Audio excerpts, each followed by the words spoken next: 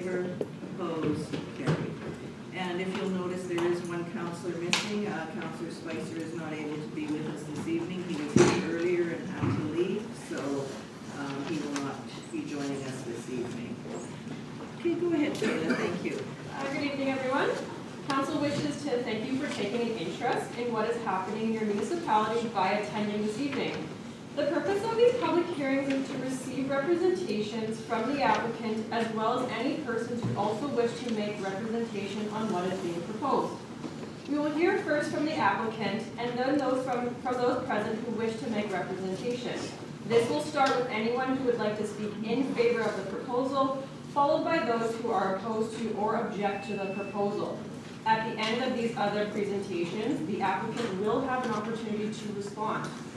Outside the council chamber, you will find sign-in sheets for tonight's public hearing applications. If anyone intends to make a presentation for any of the hearings scheduled, including the applicants, please record the necessary contact information on the appropriate sign-in sheet. If you have not signed in, please do so now in order to have the opportunity to speak.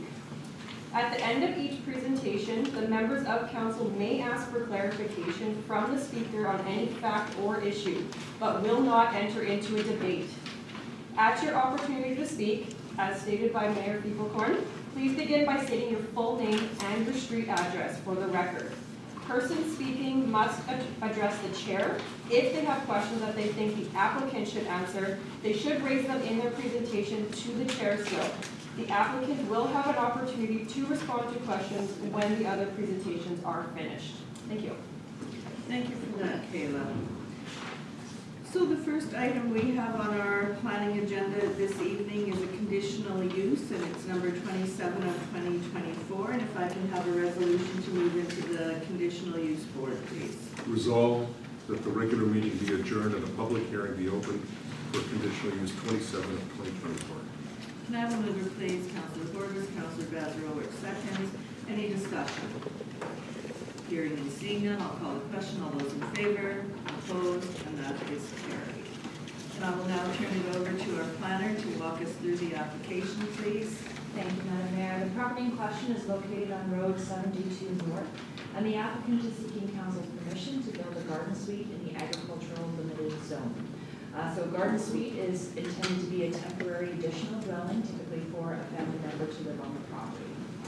Here is an air photo of the subject property, as well as a site plan from the applicant showing the approximate location of the proposed garden suite. Should council wish to approve this application, we recommend the following conditions be included.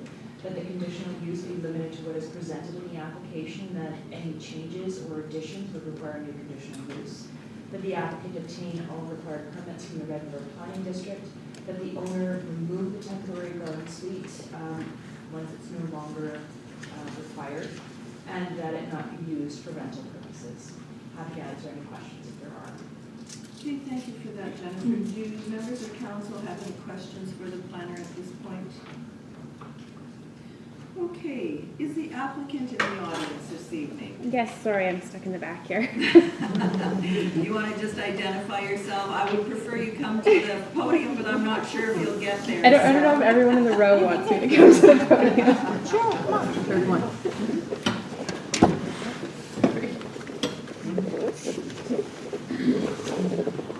Okay, thank you so much. My name is Alana Vogt, and I'm here with my mom, Deborah Vogt. Her and I are co-owners of the property. We purchased it just over a year ago. With the passing of my dad about 2.5 years ago, it was the idea that we would purchase a property and eventually my mom would move there.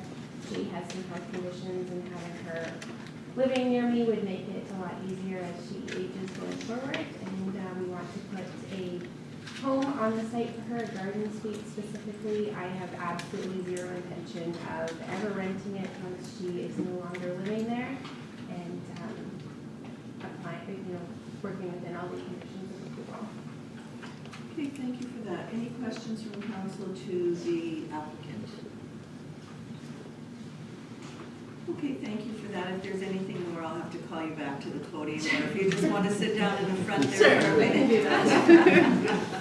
I do have one other name on my list here, and it's Barbara Knoll. Did you have anything that you wanted to add to this application, Barbara? Want to ask a question? Sure, do you want to come forward, please?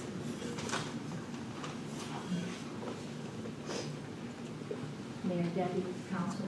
My question is environmental. I live a few lots away, so there's no way that this building would have any effect on the property. But I'd like to know what will happen to the wastewater. I think the field on that property is fairly old. We just put in a field a few years ago, when the regulations with respect to septic fields are very stringent. So that is my question, and I had talked to the planning person here, and she did not know what to be done with the wastewater. Okay, Jennifer, can you speak to that, please? Yeah, that would be through the on-site wastewater management department. They would determine whether the garden suite would be allowed to connect to the septic field or whether a standalone holding tank would be required. But that would be up to the province That's up to to the determine province. that. That's correct. So they have to inspect it? Is that how it would work? Yes, because if they want to put another dwelling, if it's approved by council and another dwelling is going on that property, anything that they want to do as far as septic and water, then it would have to go through the province, Barbara. Thank you. Okay, I know there are quite a few people here this evening, so I am going to ask if there is anybody else who wishes to speak on this application. Okay, do you have anything more that you want to add? I don't, so no. Okay.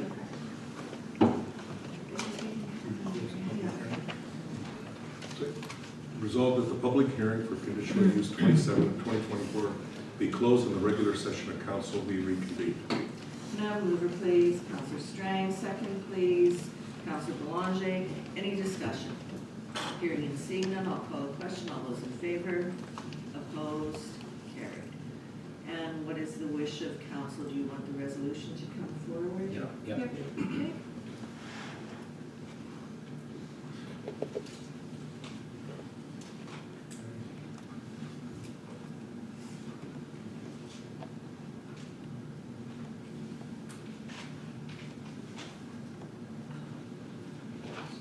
I'm trying to find the conditional use 26 variance, Madam Mayor, and I don't have a resolution for it.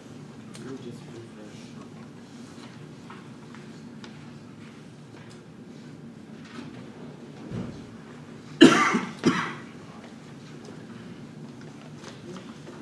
refreshing.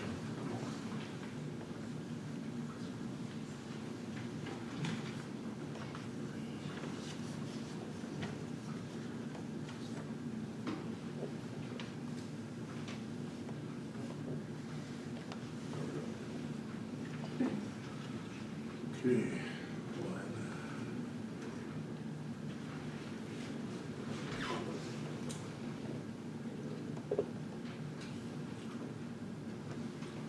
Whereas the applicant owner of tax roll number 238600, a property legally described as Lot 10, Plan 18826, and located at 29111 Road 72 North, has made application for conditional use 27 of 2024 in order to establish a garden suite, temporary additional dwelling for a family member to live on the property. Therefore, be it resolved, conditional use application number 27 of 2024 be approved with the following conditions. One, the conditional use is limited to what has been presented in this application. Any further changes of placement or additions would require a new approval. Applicant owner obtains all required permits from the Redwood Planning District and the municipality if required. And three, the applicant owner to remove temporary dwelling garden suite upon cessation of intended use. And four, applicant owner to not use the garden suite for rental purposes. Approval shall expire if not acted upon within 12 months of date of making. Okay, can I have a mover, please? Councillor Belanger, Councillor Bazarolo, seconds. Any further discussion on this application? Hearing and seeing none, I will call the question. All those in favor? Opposed? And that is carried. Okay, the next item we have is another variation, and it is on Railway Street, so if we could move into variation board again. Resolved that the regular meeting be adjourned and the public hearing be open for variation order 66 of 2024. Can I have a vote, please? Counselor Sutherland, Counselor Strang, seconds. Any discussion? Hearing and seeing none, I'll call the question. All those in favor?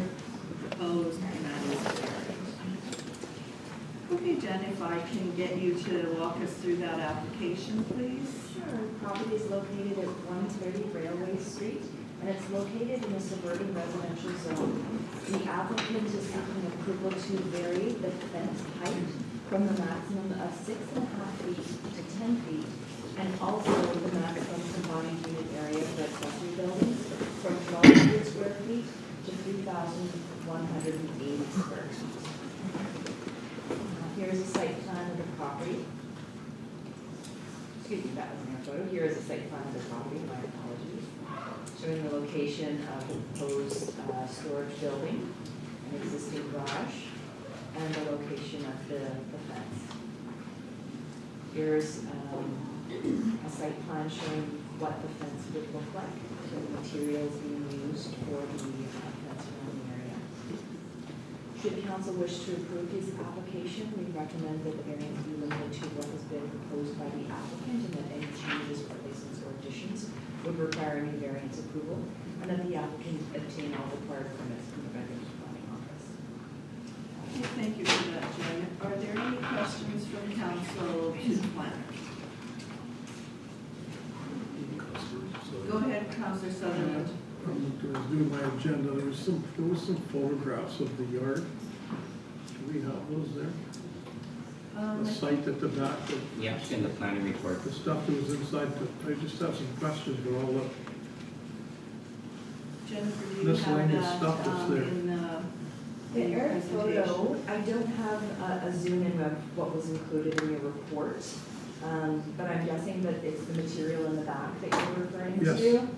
Yeah, so initially, I think there were concerns that there was potentially a business operating there, but the applicant has indicated that that is all personal use and has provided confirmation of that in their letter. Did you still want to see if we can pull up the I would, picture? just, if the applicant was here, I'd like to. Sure. I think those are submissions by someone else as part of the presentation, so it's not part of the application itself. Under my planning report, on the very midway through, I can bring up, I can't bring it up, but it's on It's our, the air flow. yeah, it's on our Yeah. package. That air flow is the same one that the planner showed. Yeah, oh, yeah, okay, yeah, it is. What I was mentioning is that I think what you're talking about is There was some photos that I saw on my agenda, when I was going through my agenda. yeah.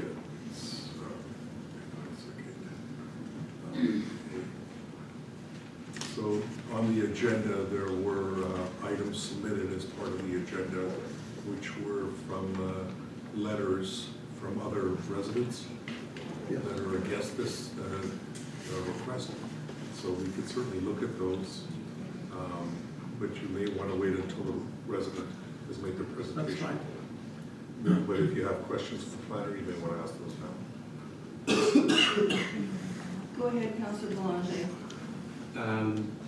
I have looked at that photo. I'm quite concerned. There's 2 notices of violation from our RPD, one on May 14th and one October 20th, indicating that the way the land's being used right now is not in compliance. Our bylaw indicates that one is allowed 2 vehicles in their yards in St. Clement. There you go.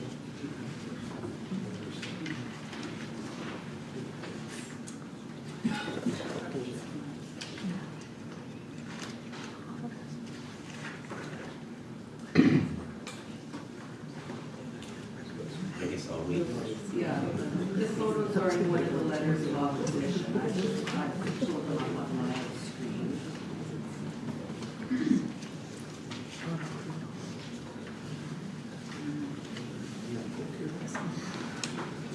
Councillor, I think what the challenge we have here is that the information that was presented, it's available for council, but it was private information with private conversations between individuals, as well as conversations related with Red River bylaw enforcement, so those can't be brought up on a public agenda. The council has all that information and some of the questions.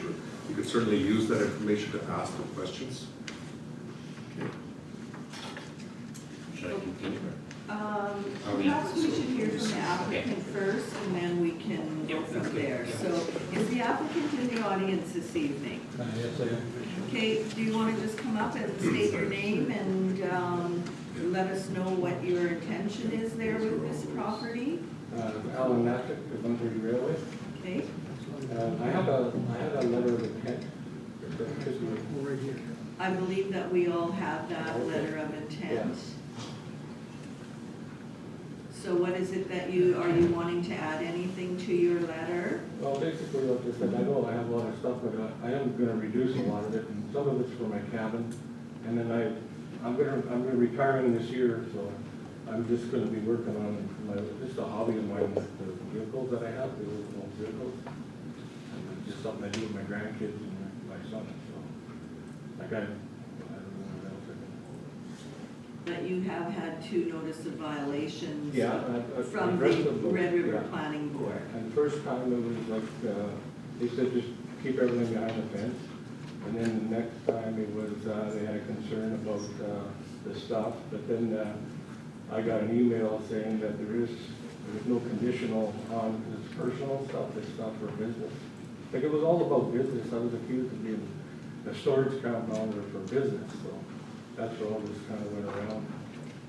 Well, and I think when I was reviewing this, I think the fence that you wanted to put around the back of your property was 10 or 12 feet high.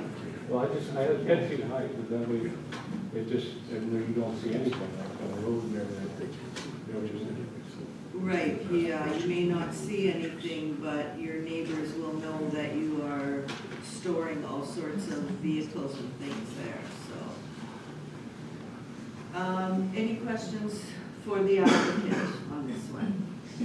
Go ahead, Councilor Pache. I'm looking at my photo right now, and I don't know what I'm looking at. It's the very east end of the applicant's property. It's got, I don't know, maybe 30 or 25 or 30 pieces of, I don't know what they are, vehicles, and I'm just gonna call it stuff. There's been two compliance orders from RRPD on the 14th of May, October 20th, that still haven't been complied to.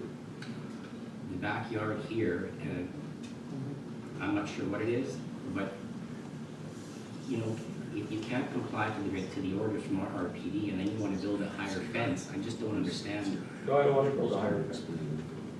Or you want to fence the back end of it, Yeah, Madam Chair. just finish the fence, that's all. Finish the Finish fence. the fence. Okay, well, we do have others that I'm sure that will want to speak, and just so you know that we have had 4 letters of opposition that were sent into the office, I guess 3 letters of opposition that were submitted to the office. And I'm just gonna ask in the audience who else would like to speak, but I'm gonna ask Councillor Sutherland what he was going to say first of all. Yeah, well, I'm looking at these pictures here now. Did you have any intentions of cleaning any of that up? Oh, yeah.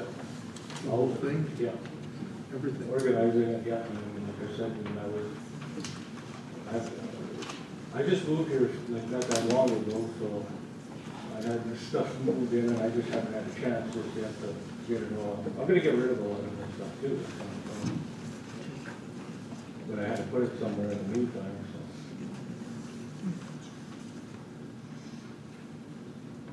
so. So when you bought Well, that it was- property, sorry. so when you bought that property, then it was vacant?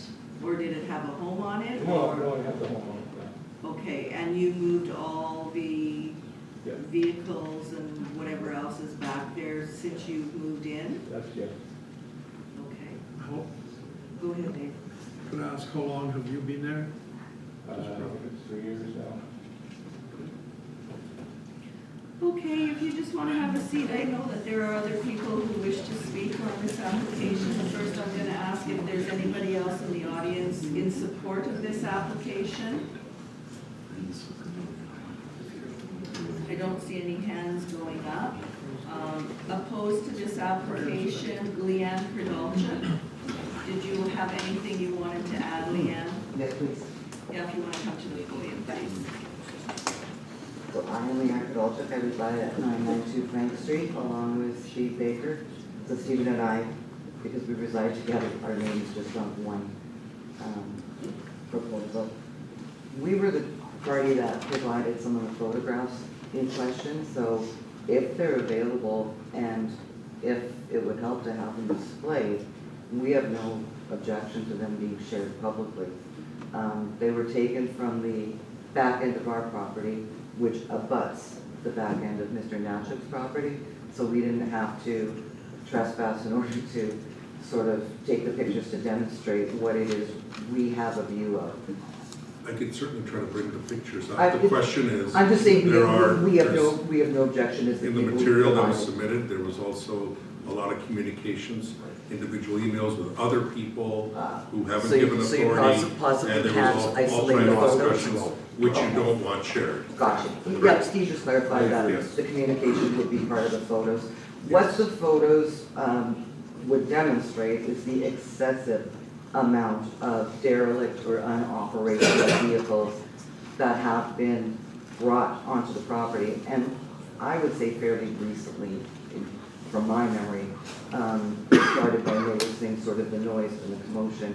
We utilize the back end of that property on our side that has a trail through there, and when we, noticed a lot of the brush all of a sudden missing, and the fence that the variance is being applied for is already erected.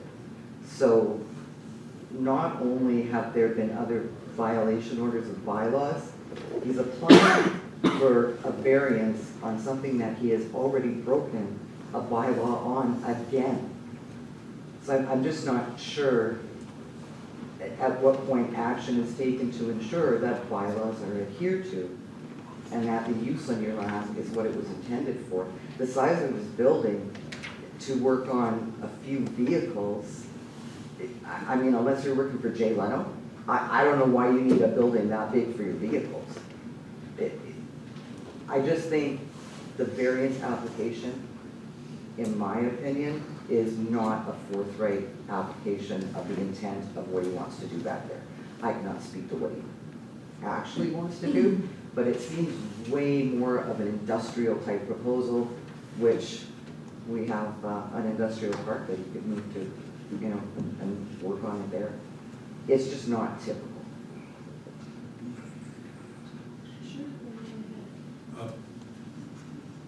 Madam, I'm going to ask the planner for questions for clarification on what you just made a comment on. This is just an application for variation. You can stay there, madam. Oh. Yeah, it's okay. This is an application for variation on the fence only. The building is allowed Nope, there's a variance for maximum combined square footage as well for As well, accessory buildings. for the Yeah. accessory building. That's right. Okay. Put the two and two together, Yes. if you allow, I yeah, understand. yeah, I just and need then that we verification. can just exacerbate that. A use that we don't think should be allowed there in the first place is already suggesting that there will be potential for growth beyond that. And like I said, the variance order, the fence is already up. Okay, thank you for that. Steve, did you want to add anything else? No, you're good, okay?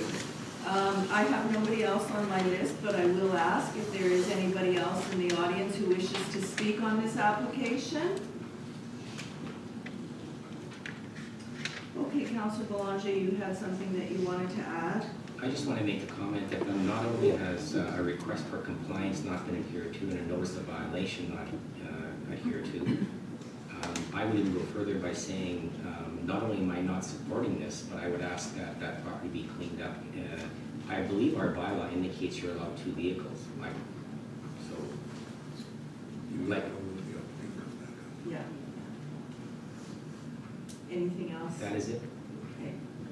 Could I ask another question as an applicant? I'm gonna ask the applicant if he would like to come back Okay. up, so. If you just wanna come back up, I know you've heard what some of your neighbors and what members of council have said, but if Councillor Sutherland has a question, I'll let him ask you whatever it is first, and then I will let you close off the discussion. Well, first of all, the fence, were you wanting to build a higher fence? No. That fence is already built, that's a 10-foot fence, but you're making an application for it now. Yeah.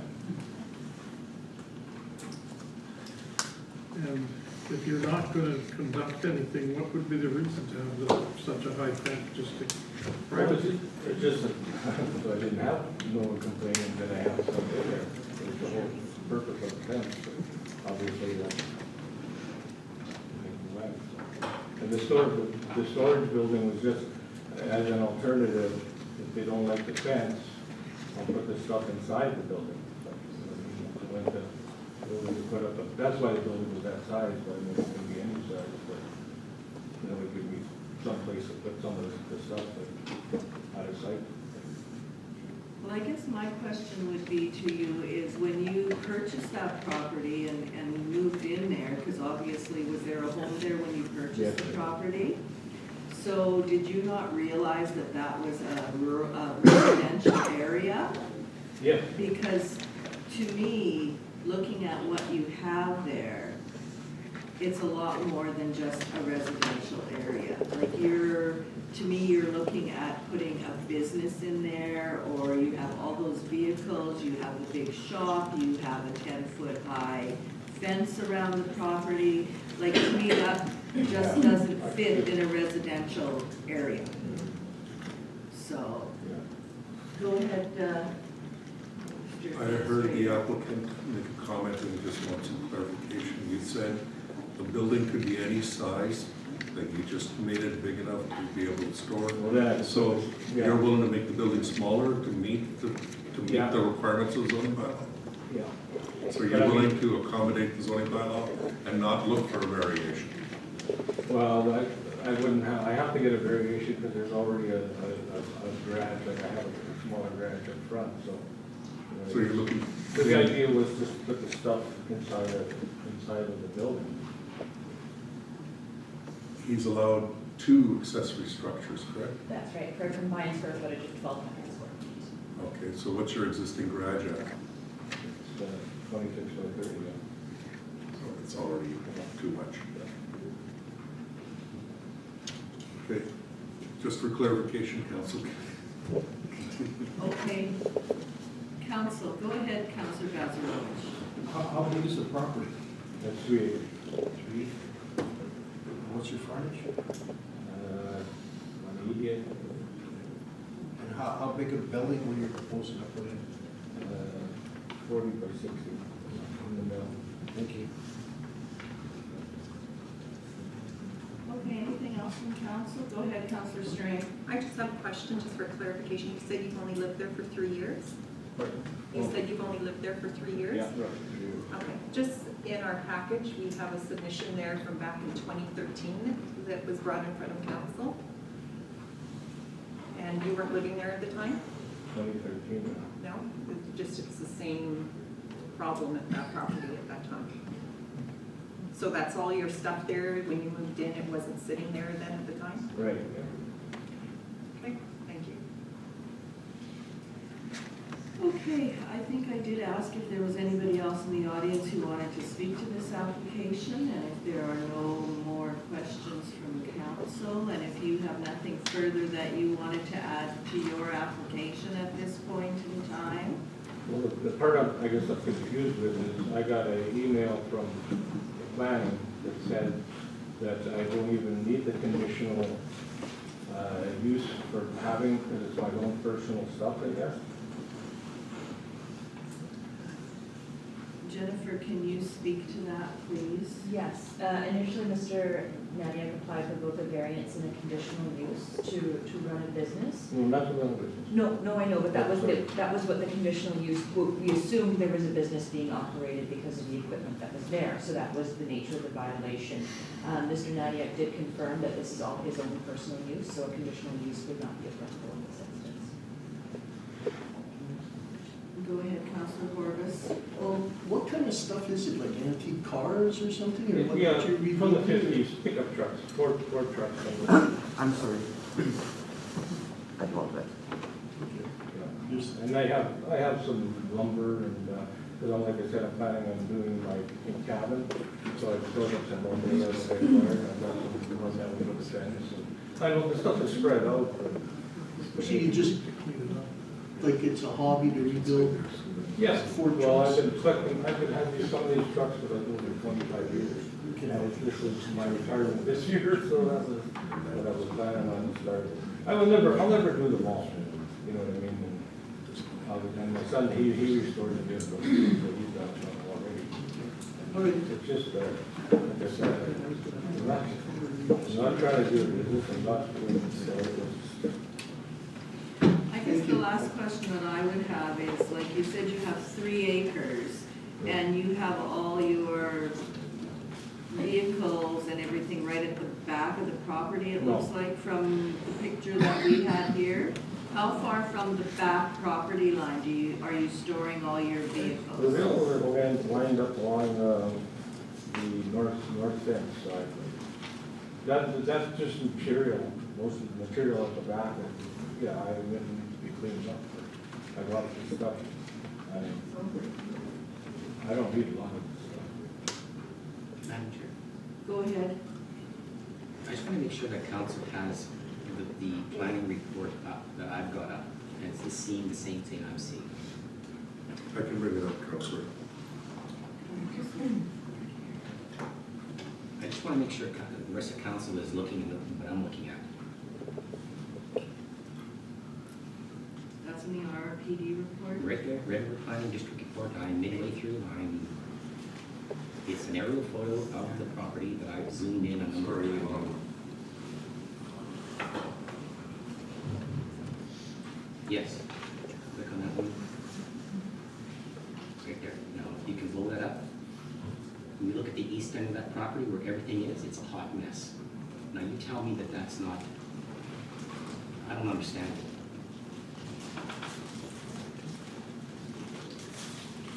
Yeah, from this aerial photo that we have before us, it looks like you have, I'm gonna say stuff, whether it be vehicles or lumber or whatever the case may be, on 3 sides of that property, not just in one area.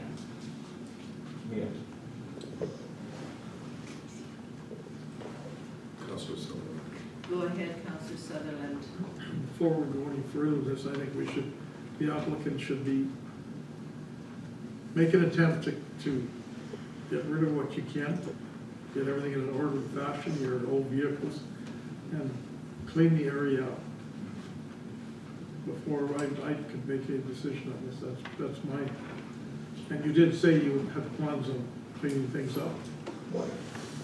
If you could do that first, and whatever old vehicles you work on, no problem, but segregate that out and clean up all the other stuff, or what you can clean up, and before I can make a decision anyway. I don't know what the rest of the council. Well, and again, myself looking at this photo that we're looking at now, the vehicles, lumber, whatever you have there, are not just in one area. They're on 3 sides of the property, and they are right to the back. You said they weren't right to the end of the property. The fence is at the back, but I thought you meant at the back of the. No, It's within the fence. I realize that it's within the fence, but my question was, where is it on the property? And you said in the middle. To me, it's very much toward the back of the property. It is, yeah, no, I misunderstood. Okay. Okay, what is the wish of council? Go ahead, I Councilor can appreciate Horvis. that you put a fence up to try and, keep it so everybody can't see it, I get it, but I still would like to see you clean things up. And as you said, you were, but if you had no intent on doing that, well, but you did tell us that you were going to get rid of as much as you can, I guess, and straighten up. I'm just looking at the, and put a few vehicles there. Madam Chair? Feel along. Go ahead, Councillor Belanger. Yeah, I'm ready to make a decision, but it's already in contravention hugely with our bylaw already, so. Okay, what is the wish? Council wants to deal with this evening? Yes. Okay.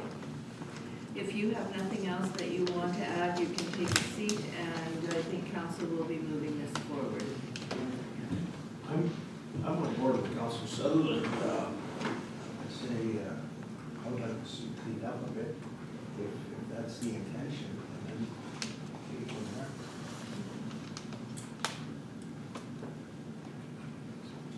Yeah, the guy's got a hobby, I mean, he's retired, so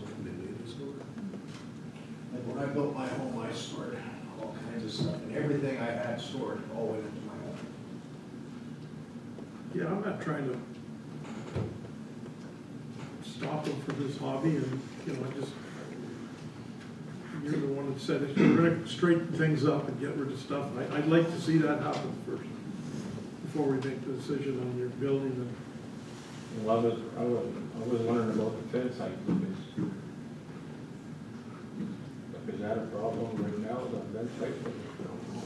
What is allowable, Jennifer, in that area? 6.5 feet is the maximum. 6.5 is the maximum, so even if he wanted to go 8 foot, because I think he's asked for a 10, and even if he wanted to go 8, it would still have to come before us.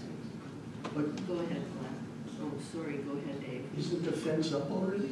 Yeah. So it's up, it's 10 feet now, it's 10 feet.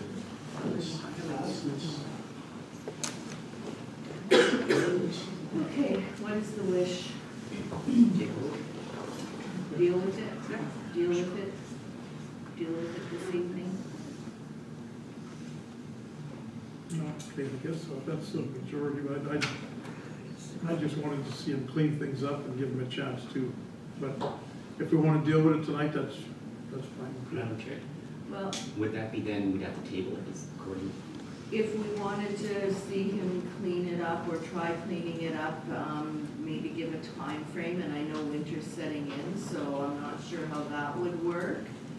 But we could look at it that way. Jennifer, any comment on that? Just comment, depending on what council's looking for. If you're looking for information to come back, you'd have to table the hearing or adjourn the hearing to a specific date. If you don't need any further information, you can close the public hearing and have the decision at a later date.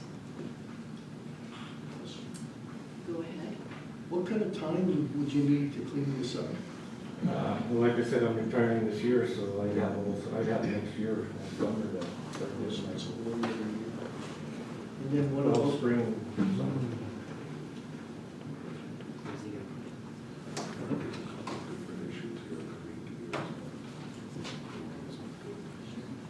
Okay, our CAO has some comments that he would like to share, so go ahead, I think Deepak. there's a couple of issues that need to be resolved. First of all, I don't know if council is going to authorize a 10-foot fence, which means if council denies the order, that means you're not allowed a 10-foot fence. Right. That means you have to reduce the size of the fence in order to comply. That would mean that they would then give you a certain amount of time to comply. If council says that they're not allowing you the accessory structure, then you're not allowed to build it. Right. I understand.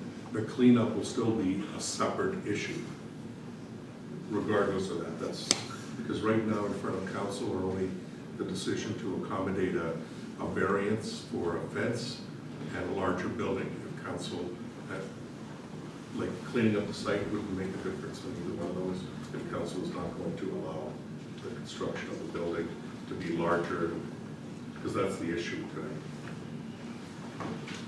It is, but I'm just, yeah. everything kind of goes together, I think.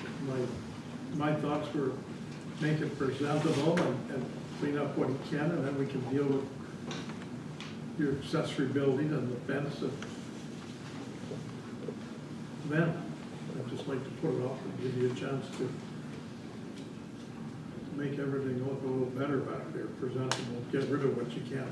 So what's your intent on how you plan to clean it up if you don't have a building there? I'll just haul the stuff out. You'll haul all this stuff out? Well, not all of it, like I said, I do have 3 acres, I mean, I don't know what.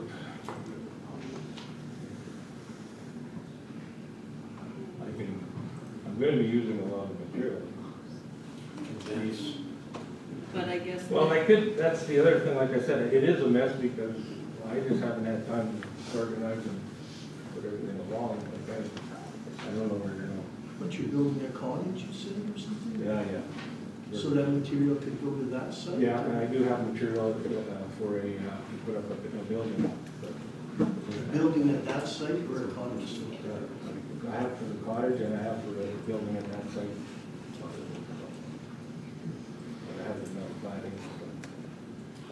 Okay, I'm gonna ask the planner if Mr. Nanchuk was given the opportunity to clean up the site, how many vehicles would he be allowed to have on that site? So in a residential zone, you can have 4 vehicles. But if these are not licensed vehicles, that is a different matter, and that would fall potentially under the derelict vehicle bylaw of the municipality. Which is 2, I think. Okay, so you wanna bring it forward? Okay, you can just have a seat there, and I think we're gonna move it forward and see what happens here. I guess we have to come out of variation board first of all. Resolve the public hearing for variation order 66 of 2024 be closed in the regular session of council be reconvened. Can I have a mover, please?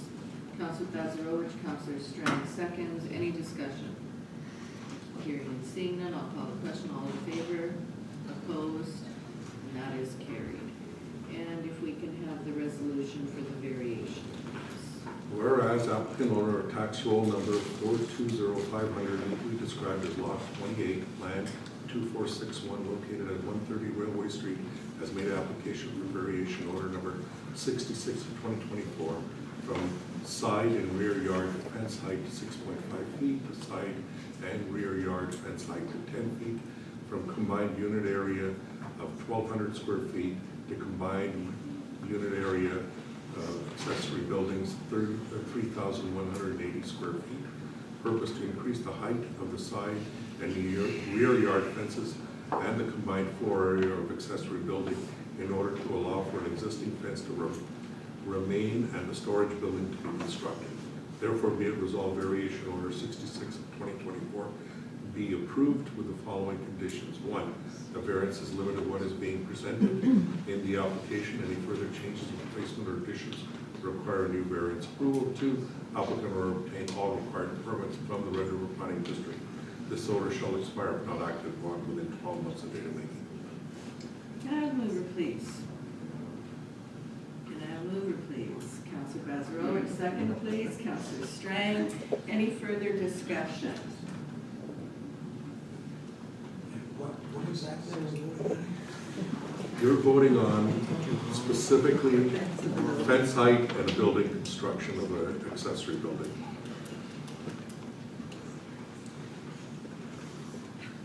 I have a problem with that because it's 2 different things. You know what I mean? And on one hand, they're asking to clean up, and I've always been a huge advocate of large storage buildings. It does clean up. You know, you collect stuff. I know you do. I do. A fence and a building are 2 separate things.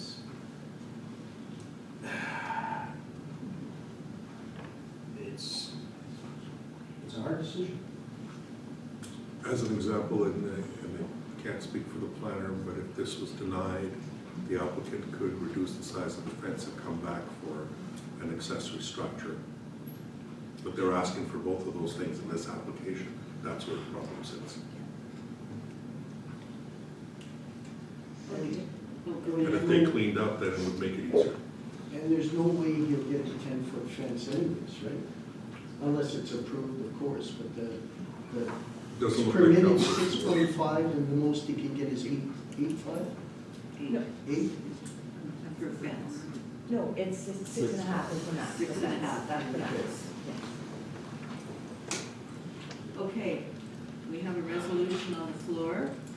I have a mover and I have a seconder.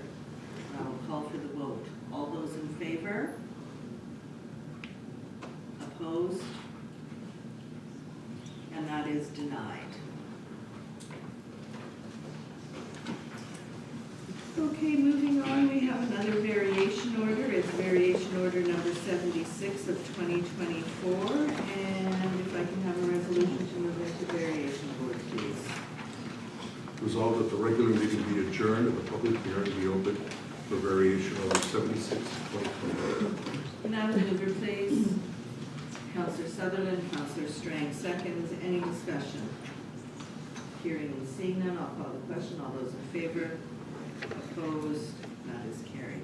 Jennifer, if I can ask you to go through that, please. Yes, the property in question is at 4 Snowden Bay in a seasonal residential zone, and the applicant is seeking council's approval to reduce the rear yard setback and increase the maximum number of accessory buildings.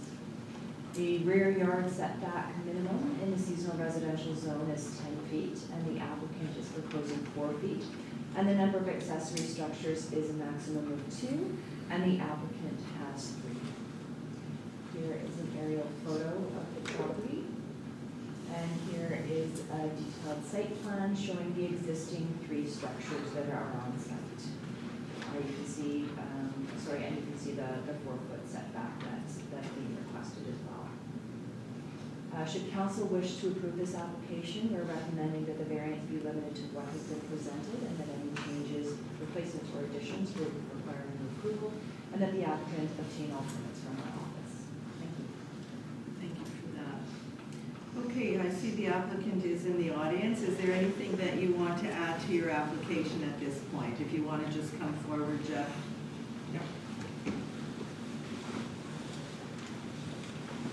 Yeah, my name's Jeff Earhart, 4 Snowden Bay.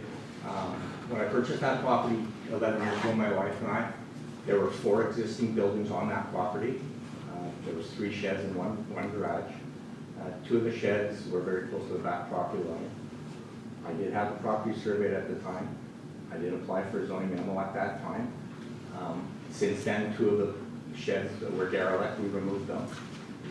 We, according to my variance application, it says that I want to put up a new building. This is an existing building that's been there for 10 years that I had put up. Okay, I am going to get a permit for it. I was not under the impression at the time it's a Kodiak shelter, the park building.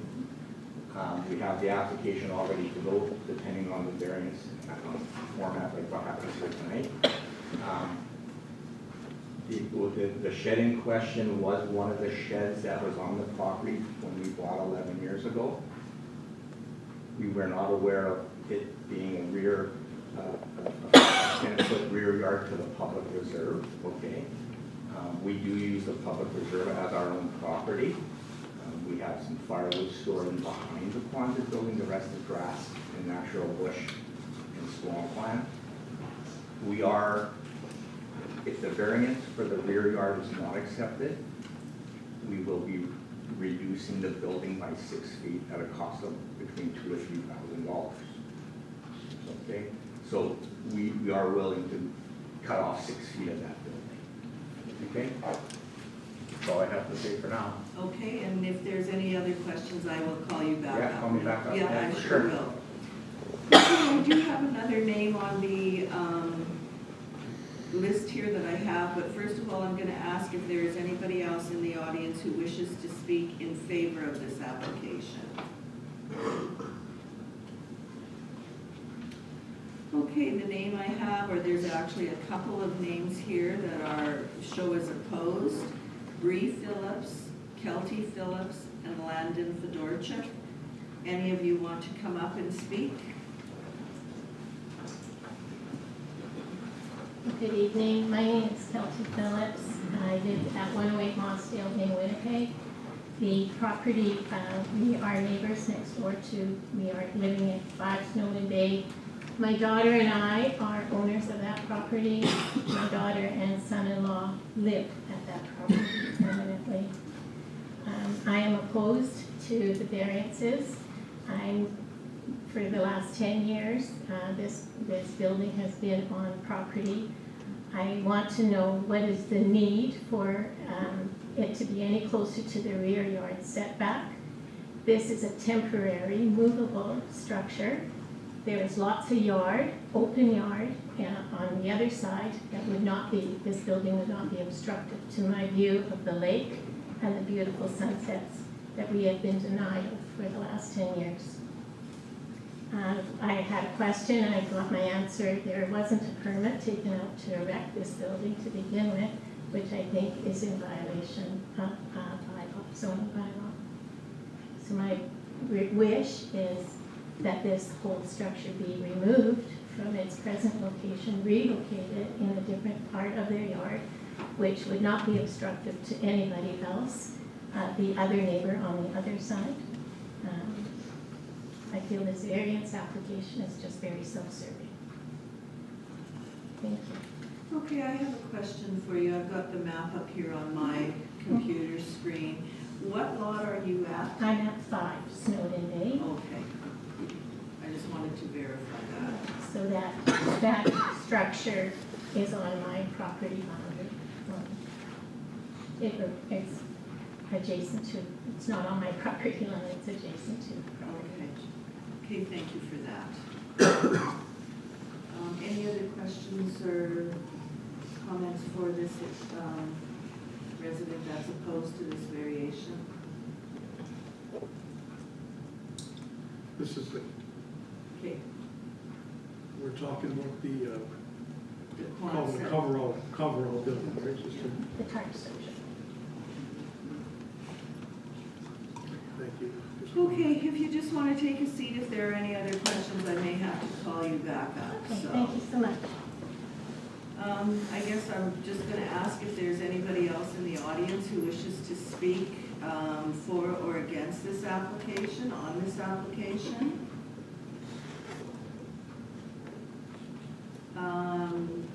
Mr. Earhart, how far, and you may have said this, how far is that coverall building from the property line? From the side property line? Yes, It's 5 feet. it's 5 feet. Yeah. And Jennifer, what is the requirement in the zone? I believe it's 5 feet per side yard. Right. Go ahead. No. Yeah, you can come back up if you like. My survey that I have here with me, the original survey, the garage was 5.5 feet or 5.25 feet from the side yard. That building was erected directly behind the existing garage. I did supply planning with photos of the building and why I put it in that location. From what Kelty is saying about her losing her view of the lake because of my building. My building's only 10 feet high, I'm allowed 13 feet. Okay. My 3 buildings with my garage and my Quonset and my vinyl sided shed, which is on the other side of the yard, which is where my garden is and my landscaping is and my fountain is, I'm still under my 800 square feet, okay? I could go to 13 feet. I can take that building down if that's what Kelty wants me to do, but I'll guarantee you that I will be putting a smaller one up with my 10-foot rear yard, and it'll be 13 feet high. But I'm not that kind of person. Kelty's saying that she's losing her view of the lake, okay? They've opened up your whole public reserve. Last year, they stripped it back 20 feet all the way to the lake so they could have view of the lake, okay? So her view looking through my yard to see the lake, it's absurd, okay? They've got their own beautiful view of the lake now after they've destroyed the public reserve. Jennifer, can you bring up I can bring it up. I have the photos here, I can pass them around. That's not it.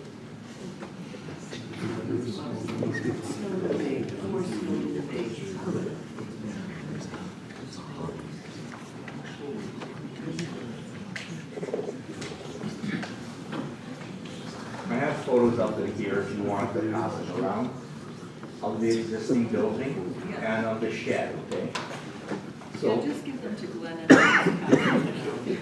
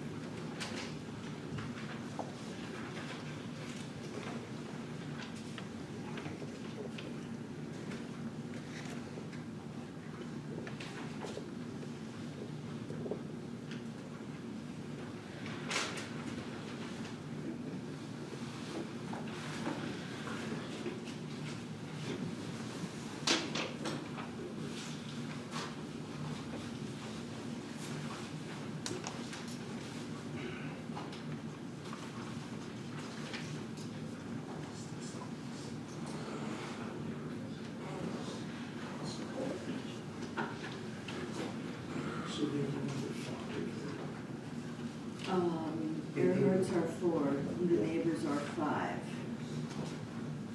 And looking at the photo that is now on the screen, it looks as if number 5, that bush or trees or whatever, it appears that they're pretty much all clear to the lake. Am I looking at that properly, Jen? Yeah.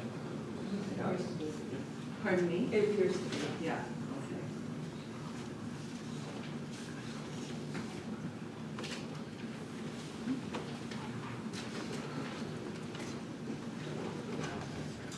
Okay, I think the pictures have gone around pretty much. What is the wish of council?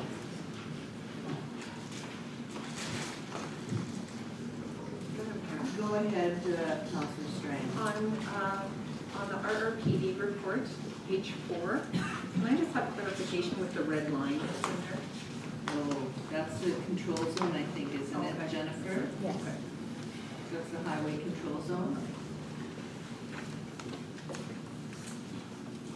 Okay, is council ready to deal with this? I'm just gonna ask once more if there's anybody else in the audience who wishes to speak on this application. So we're at variation order number 76 of 2024. Is there anybody else in the audience who wishes to speak on this application? Okay, what is the wish of council? Do you wish to deal with this evening? Okay, if I can have a resolution to come out of variation board then, please. Resolved that the public hearing for variation order 76 of 2024 be closed on regular session of council be reconvened. Madam Mover, please. Councilor Horvis, second, please. Councilor Sutherland, any discussion? Call the question, all in favor? Opposed? Carried. And if I can have the resolution for the variation, please.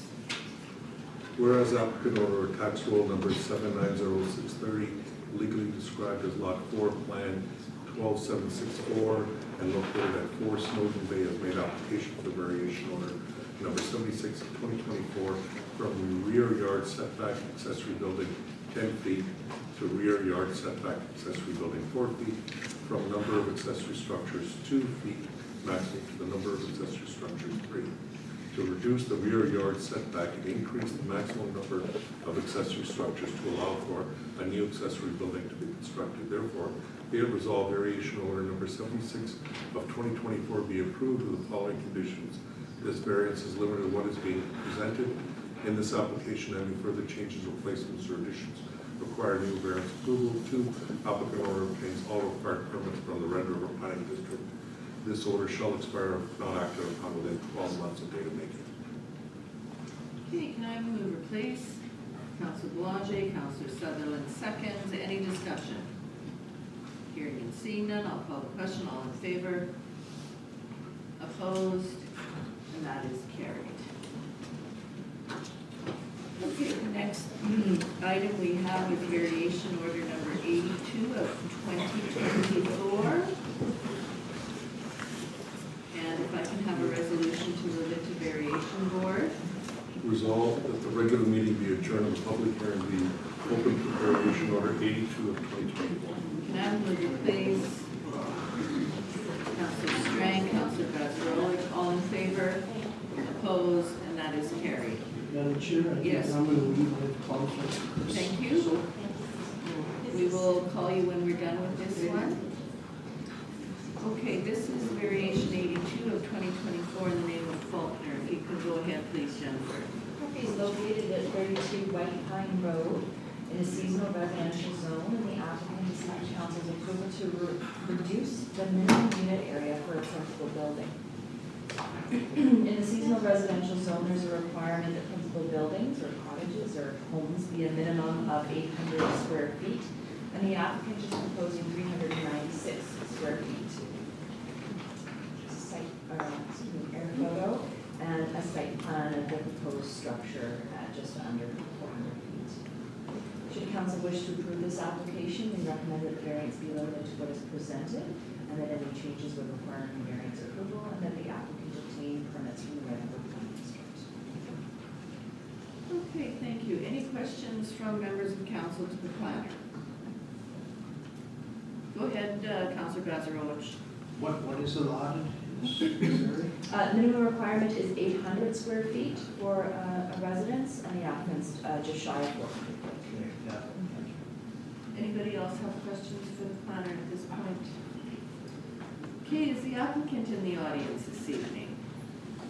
Come forward, please, and let us know why you're requesting a smaller building there. Okay, so my name is Rachel Faulkner. I live at 7 Diana Cove in Laconia, just 5 minutes actually from the property that I just bought. Is it all right if I read my letter of intent? Oh, sure. Okay, that would be great. Thank you. All right. So I'm applying for this variance because I'm interested in building a compact home under the 800 square foot minimum allowance. In my late teens and early 20s, I was very ill and undergoing treatment for Lyme disease, which subsequently left me bedridden from ages 18 to 22. I'm now very happy to share that I've made a complete recovery, though my years of illness have set me back further from where I'd like to be at this point in my life. As a result of this, I've only been able to work for the last year and a half. Ever since I began working, I've been saving to build my dream home, which I started planning and sketching during my recovery. I've started working at South Beach Casino and Resort in February of 2023, and I've been renting in Laconia since the fall of 2023. Coincidentally, I was only 5 minutes away from Halcyon Cove. I love working at South Beach and plan to take courses to secure a better position in the future within the company. I decided to buy land in Halcyon Cove not just because I enjoy the convenience of being close to my workplace, but because I truly love living in Laconia. I've enjoyed the experience of country living, whilst being close to my relatives in the beaches area, as well as my close friends and the local convenience means with Selkirk. Since I began working, since I haven't been working for a very long time, my funds are limited. I would like to live within my means and get out of the rental market as soon as I'm able, rather than waiting many years to build. I'm looking to refinance my mortgage for the land to include an allowance for building, which I was told is an option by my credit union. The only way this would be feasible for me to do in the near future would be to build a smaller, compact home with all the essentials, which would have manageable monthly payments. This would suit my lifestyle as a single person and be easy for me to maintain and upkeep the exterior over the years as well. I also have an update in terms of the mortgage. I have been pre-approved by the bank for a mortgage of $120,000. With what they've lended me for the land removed from that, it only leaves me about $76,000 to build, which you can't really build like a regular full-size home for that. I'm looking to go like as reasonably as I can with this, and like live within my very small budget. I also have a well already drilled on the property, which only produces slow 0.3 of a gallon per minute, which is only enough water to support 1, maybe 2 people. Considering the cost of the well is factored into what I paid for the land, it would make sense to build a larger home with 2 or more bedrooms when that many occupants could not be supported by the well, and another option for consistent water supply would be needed. I don't believe my plans to build compact would negatively affect my neighbors, since I plan to build a very attractive looking place that would appear to be a small house, just under 400 square feet, built on a poured foundation. There would be a couple different peaks with large front doors leading out onto the front porch with wood board and batten siding. The design includes a bathroom, open concept kitchen and living room, and an alcove queen bed. There's also a couple lofts, so it's not going to be like something really stout, but not too tall either. I have some drawings included that I can show as well. I'd like to add that, also my lot is heavily treed, and I plan on building my home near to the back of the property. And I have some photos included as well that I can even pass around of the property that show like how treated it is from the road, as well as neighboring lots. I'd like to add that I'm very much looking forward to putting down roots in Laconia. I'm excited to join my neighbors living in Housing Cove. I have another point that there's a neighbor, Sean Cummings, who lives in the area of Housing Cove, and I've been given his contact information. We've been in contact. He's interested in helping with the project, in the design potentially, as well as possibly acting as a general contractor for the project.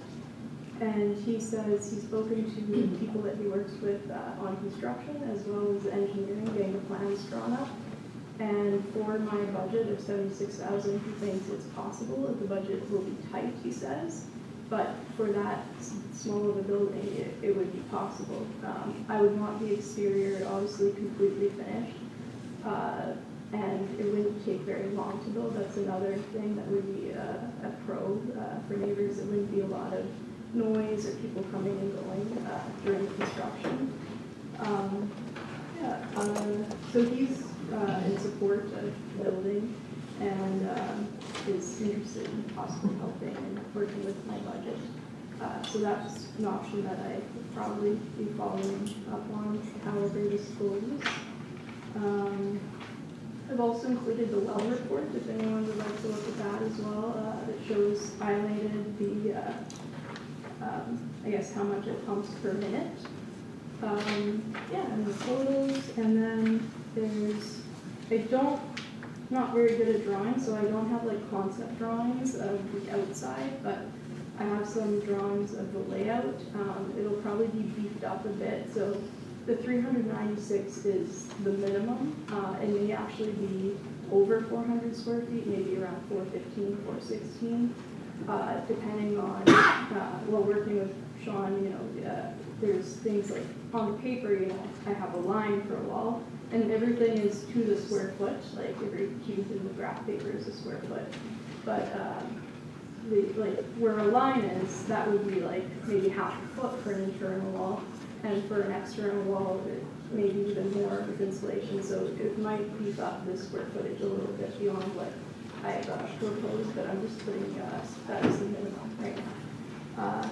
So yeah, that is my presentation. I have the drawings. If you could pass the photos around, I think that would be great. Your well report, I don't believe that we need that.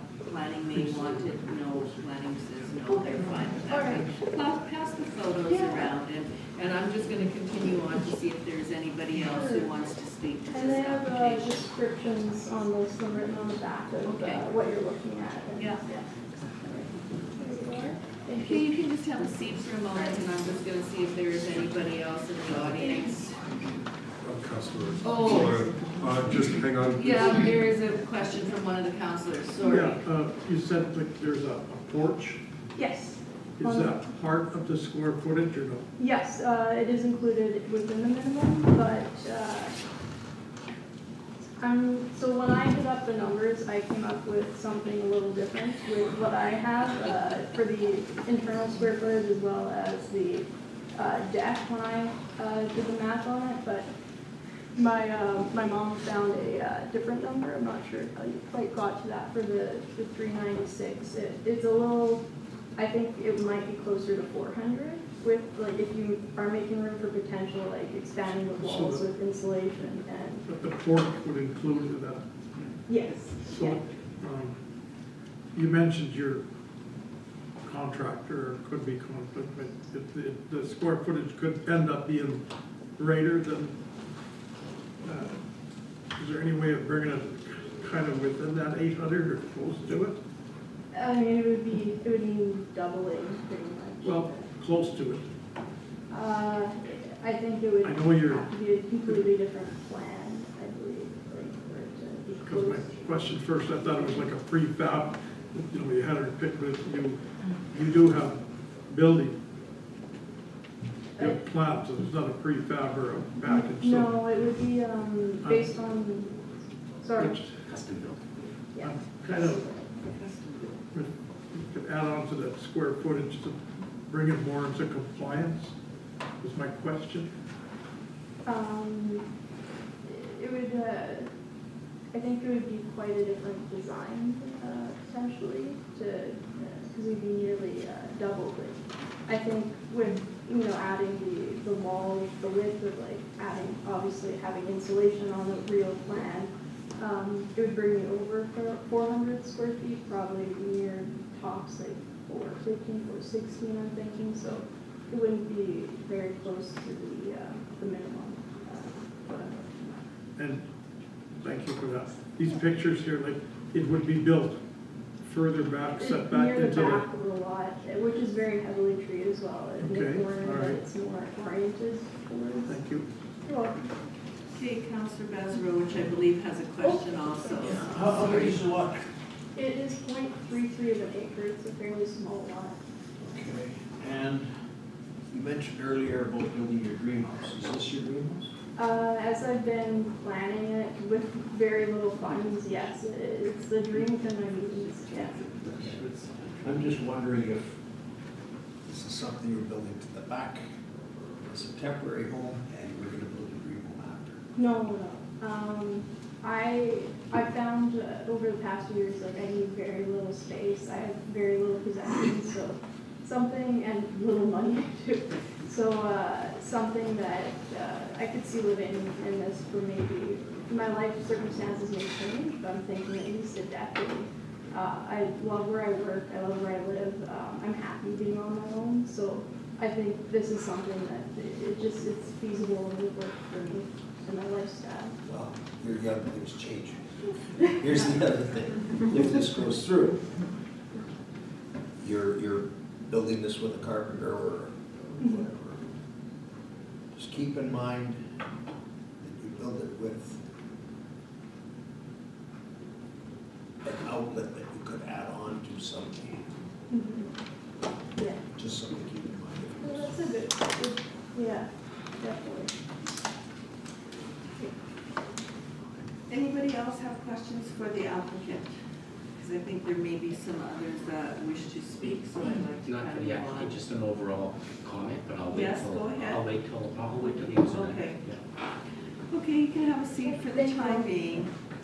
I do not have anybody else on my list, but I am going to ask if there is anybody else in the audience who wishes to speak on this application. Okay, so one of you ladies can come, Brian Heidinger, well, I live in Winnipeg, but I own 39. Excuse me, just have a seat for a minute. There's two ladies in the back that had their hands up also, so we're gonna do this kind of in an orderly fashion. Hi, good evening. My name is Norma Crawford and I live at 8 Balsam Cove, very near 32 White Pine. I stand against this variance request that seeks to decrease the current size of our principal dwelling unit from 800 square feet to a mere 396. This variance isn't just a minor architectural adjustment, but a development move that aims to dramatically shift the landscape and structure of our residential domain, one that directly impacts my home and those around me. Size matters, not only for the comfort and livability of our homes, but it is also a significant factor in determining the value of our properties. A diminishment in this magnitude will inevitably lead to a correlative decrease in our cherished home values, affecting each of us who've invested in our community both financially and emotionally. Beyond the personal implications, this decrease will also have broader social implications for our entire community. It will affect the property tax revenue of our municipality, our community's primary revenue source. This can lead to a reduction in our services by setting precedents for future building sizes. Okay, thank you for that. And I think I saw one more hand up at the back there.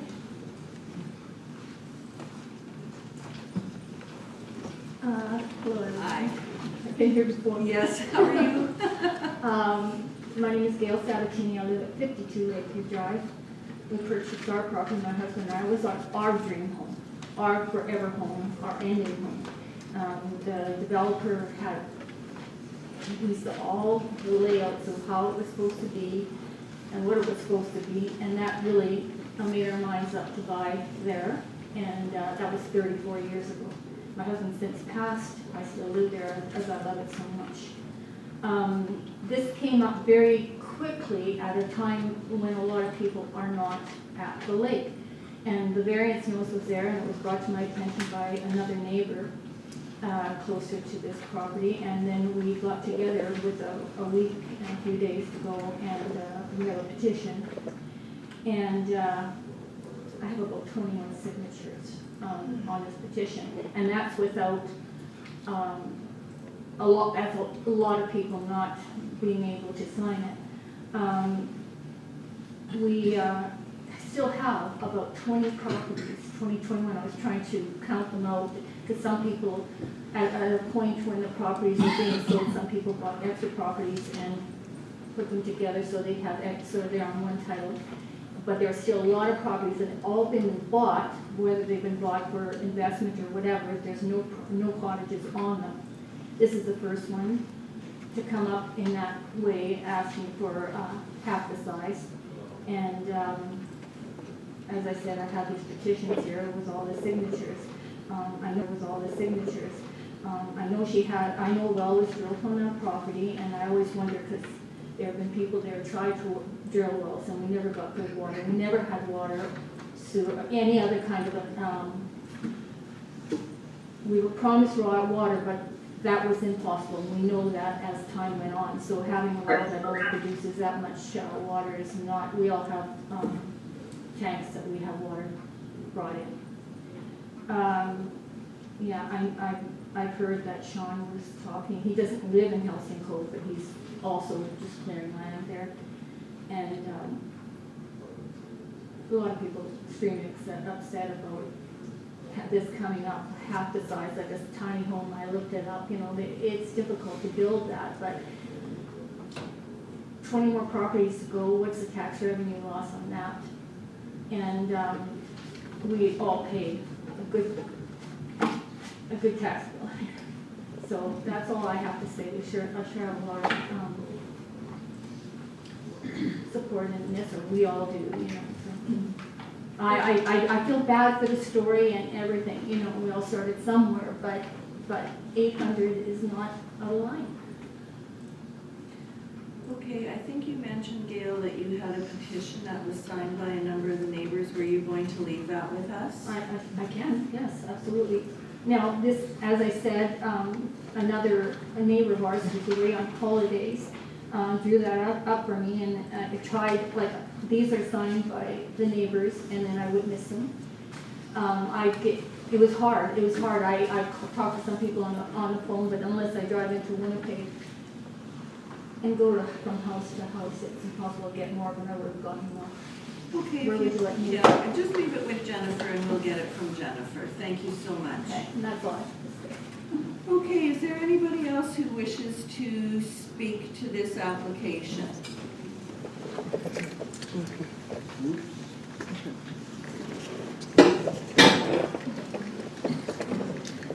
Thank you.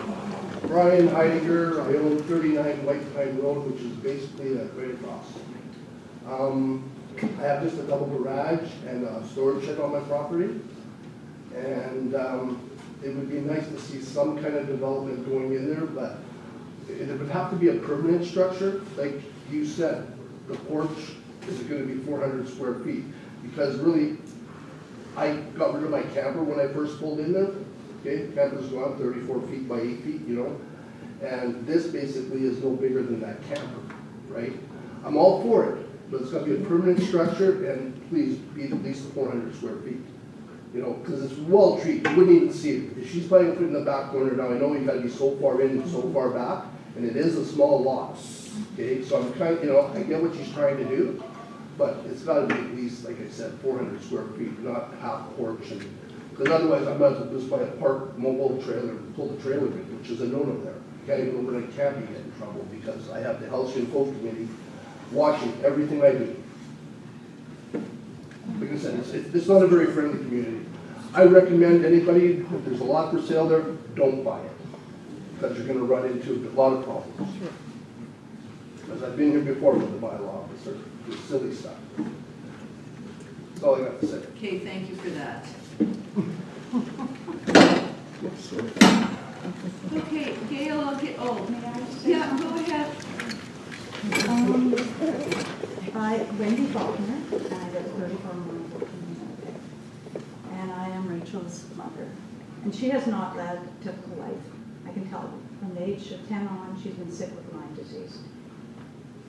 Didn't get treated, didn't get diagnosed for 7 years. She was 17 years old. And I'm not going to belabor this, but she hasn't led a typical life. And she's better from it. She has some residual things. She doesn't have the energy like you and me, but she could manage. She could build this house. She could afford it on the income she's made. She just got a job a year and a half ago, the very first job of her life. And she can manage the payment. She can, the utilities, she could pay for that, and the maintenance. So it's going to be a very nice looking house. New build, new materials, to code. Yes, it'll be smaller, but you won't hardly see it because and that's what she loved about the lot. Very treed, secluded.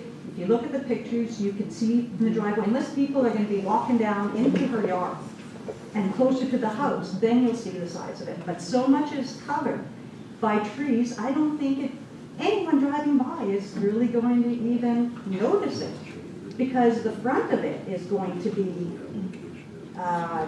28, at least 28 feet long. That's the front of it. You're not really going to see the side, which is a little narrower. So, and it is seasonal, residential, it's cottage country. Okay? I'm sorry. Excuse me. Yes, I'm sorry. It is cottage country. And I've driven through there. There's small houses, there's medium, there's big. It's a big mixture, and it's seasonal, you know. And it's not like in the city in Winnipeg where you got house after house after house, no trees, and you see all these, everyone's house. So what I'm saying is it's sheltered, it's treed, and this is something she doesn't have a typical life. She hasn't, and this is something she could manage. And it's on a case by case, you know, I don't know what's set in precedent, but that's what a variance is. It's case by case. And you hear it out and you decide on the circumstances of that one case. All I have to say. Okay, thank you for that. Any questions or comments to the applicant? I have one actually for the planner. If council so chose to hold this over and give the applicant an opportunity to reconsider and maybe build it a little bit bigger, and you know, like we've heard that maybe 400 square feet would be okay, or a little bit bigger than that, would you see an issue with that? Like, is that something we could do? Yeah, it would have to be adjourned to a specific date and the hearing reopened at that point. Okay. But that's something you could do. Go ahead, Councillor Strang. Madam Mayor, I don't know whether to ask the planner or yourself, do we have any homes at that size? Since we do have an 800 minimum square footage, do we have any homes in that size there? No. Or is this setting a precedent? Excuse me, We're asking in general, not that specific subdivision. So in general, we have seen applications for tiny homes come forward specific to this area. I couldn't answer that question. But typically, from a planning standpoint, there's not precedent. It is viewed on as a case-by-case basis, looking at the specific area of the property, the details. Thank you. Councillor Boulanger. And that's what I was gonna state earlier is whatever decision I make, I'm not gonna look at it as precedent. I'm gonna look at it as case by case. I'm not saying which way I'm gonna vote, but if council so chooses to table this and give the applicant an opportunity to look at perhaps other options, perhaps a co-signer to help her with the mortgage, but that's what I'm gonna base this on, is case by case, not precedent setting, which is what it should be. Okay, our administrator has a question, so I'll let him ask first of all, and then So just Councillor Sutherland has just a a note question. for clarification, and then clarification from the planner, the applicant had identified that the square footage of this property included the porch. Did planning take into consideration the porch? I believe it's shown on the site plan, the dimensions of that, I believe so. But the porch was taken into consideration for the 396? That's correct. Although porches are not considered as part. As a covered structure, it would be considered part of the principal. So the porch is considered as part of the covered structure. Okay. So the house size is smaller, just so council understands. Okay, you had something that you wanted to add now, you can just come back up to the podium and share your thoughts with us. I just wanted to add a few points. To start with, I know everyone's talking about, their properties and their taxes and things like that. This has also been a huge investment for me. I've invested my own money. The property I bought at $55,000. It was quite a pricey piece of land because it has the well in there as well. It's been cleared, it's had a driveway put in, it's had a culvert put in. This has not been financially, like a light decision for me. Even going forward, it's going to be quite tough, but I'm working hard and saving my money, and this is something that's important to me. I don't want to be renting for many, many years. I don't want to have to live with family for many, many years. I'd like to be a homeowner and start out, gain some equity, and hopefully, keep saving away my money, and just, I want to have a nice, it would be a beautiful place. That's why I've contacted our neighbors, an architect. I want to build something that is just like artistically designed, mid-century modern kind of style. I want lots of windows, big doors leading onto the deck, just a very beautiful design, even though it will barely be able to be viewed unless you're standing in the driveway. So it's more for myself. So yeah, this financially hasn't been a light decision for me, and it's not about, I know it's a valid point about taxes and whatnot, but this is about me being able to start my life independently and live my life. It's not just about, is this going to affect a certain, value, or this is my life that I'm kind of aiming for. I would love to live close to work. I have loved living close to work, but renting, I'm living paycheck to paycheck. Like, it's not, I can't save money or live a better life just renting forever. So not only that point, but as others were saying, this is on a case-by-case basis. If this was approved for me, it doesn't mean that the minimum is now set back to 396 square feet. It just means for me that I'd be able to build within that.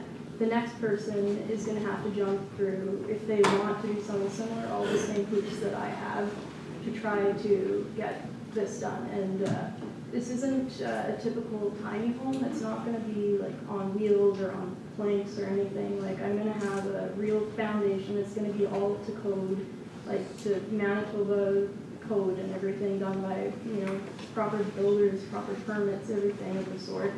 I just needed to work within my very small budget, and yeah, kind of all I have to say for that.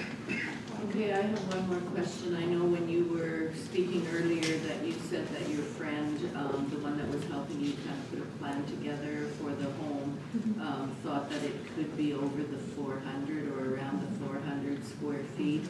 Is there any possibility that you could manage something 400, 420 square feet? Probably around that, yes. With the walls being beefed out for insulation, for all the things being accommodated for the code, for the covered porch, like, I think 400 to 420 is very reasonable, yes. I just wanted to put the most minimum it could be so that I wouldn't have to apply for another variance down the road if by the small chance it turned out, it's not gonna be less than that, I can promise you that. But, I just wanted to have room to work with, kind of thing. Okay, go ahead, Councillor Sutherland. Yeah, well, I'd like you to go back to the drawing board and not including the porch, I would like to see at least a 500 square foot. Try and manage that before even, because 396 to going up to 25 square feet is really, even 500 is not that much, but I can work with myself with 500 of the actual house, not the porch included. I know it's probably difficult, but it's really a difficult time. So if you could go back to your plans, and also as Glenn brought up, Councillor Bezrowicz, that you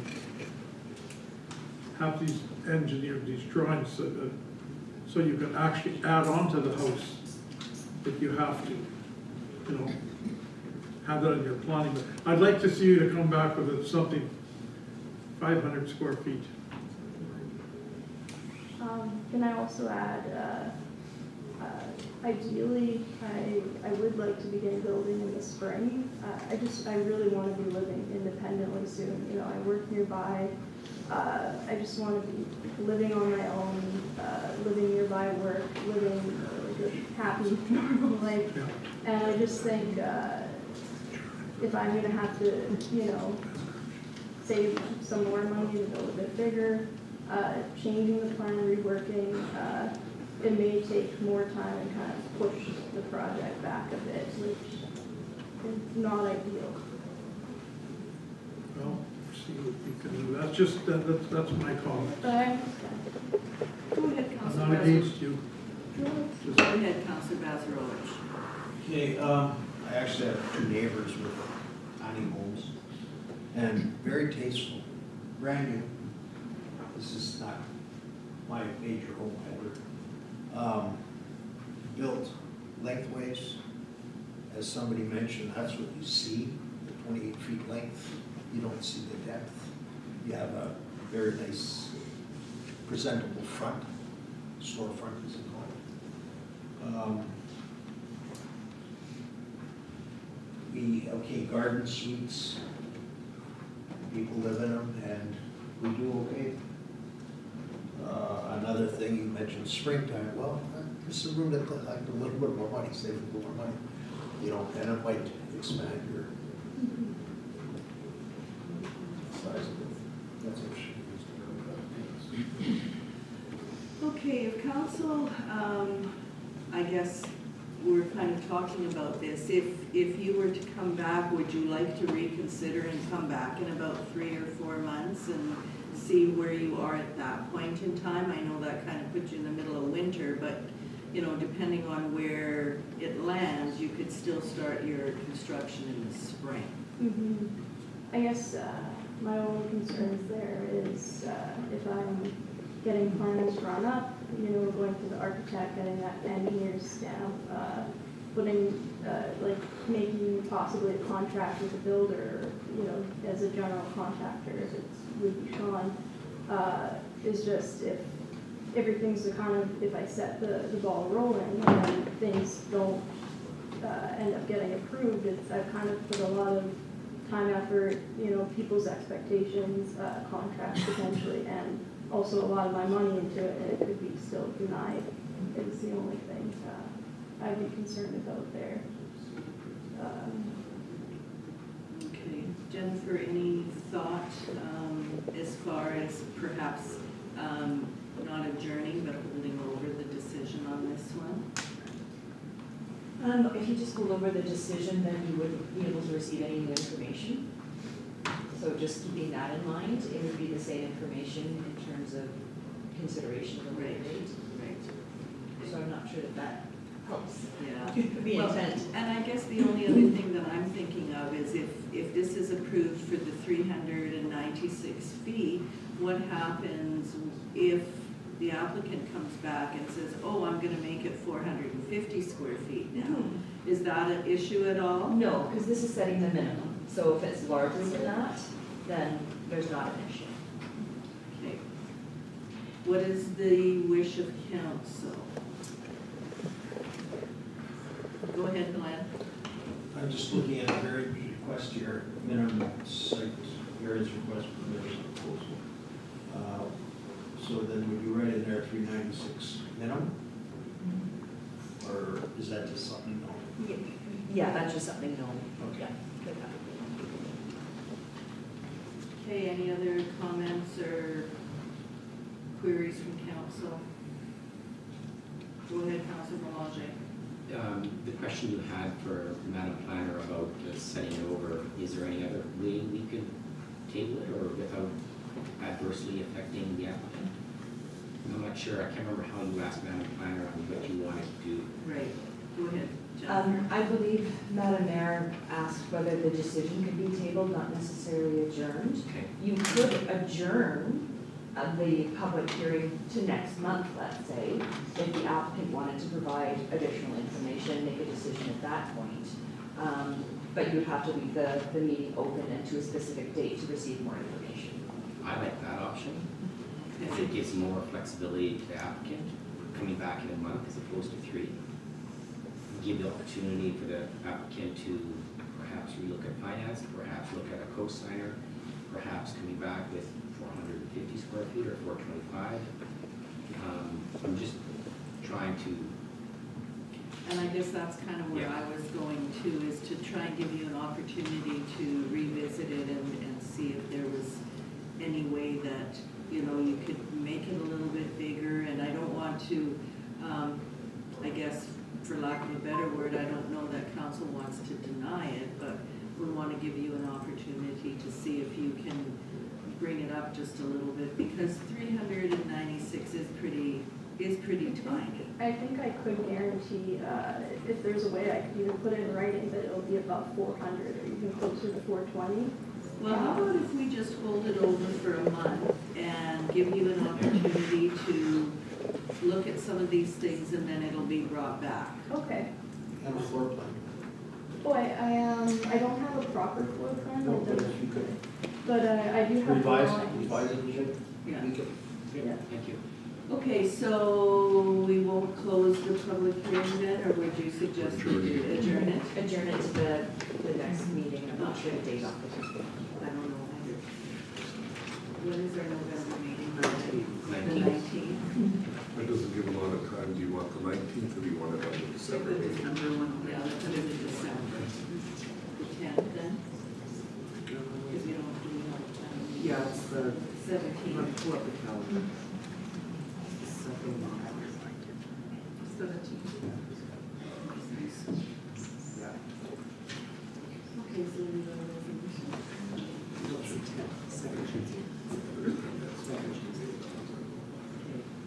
Madam Chair? Yes. The applicant wanted to. Oh, sorry. Sorry, I was just gonna ask for some clarification.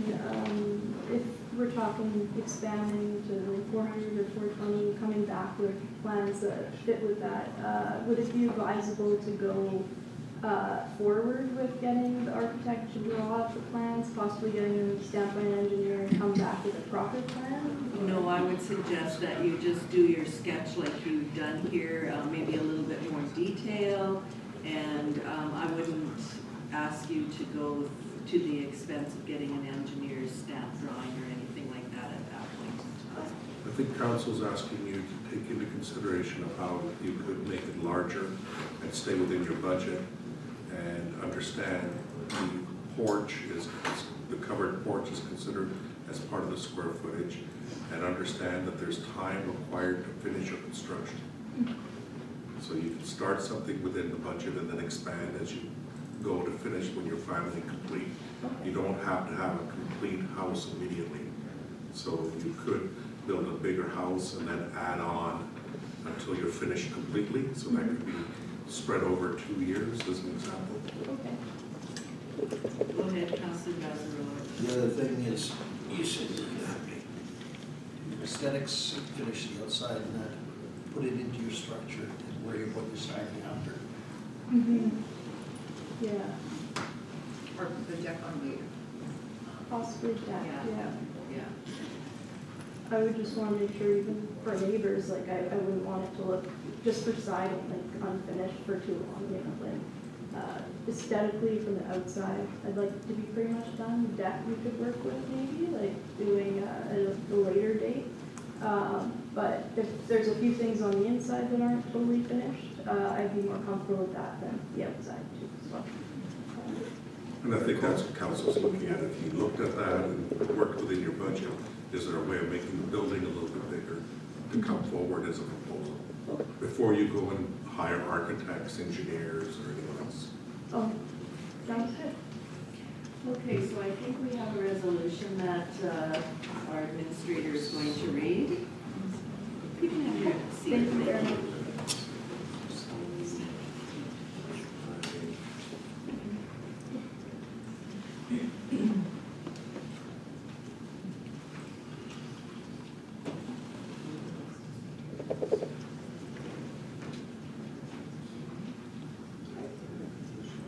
Did you update the resolution? Just like just waiting for it. It was very slow today.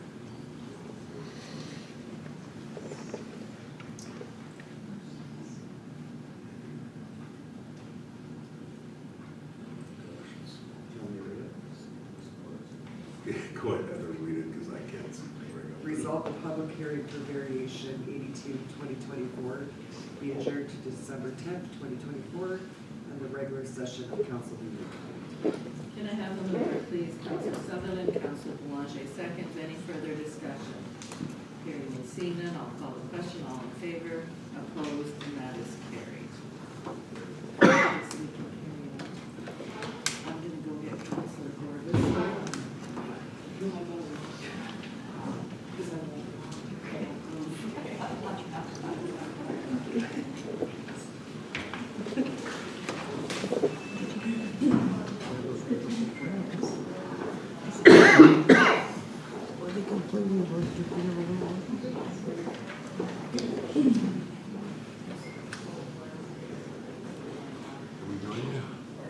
Going up to speak.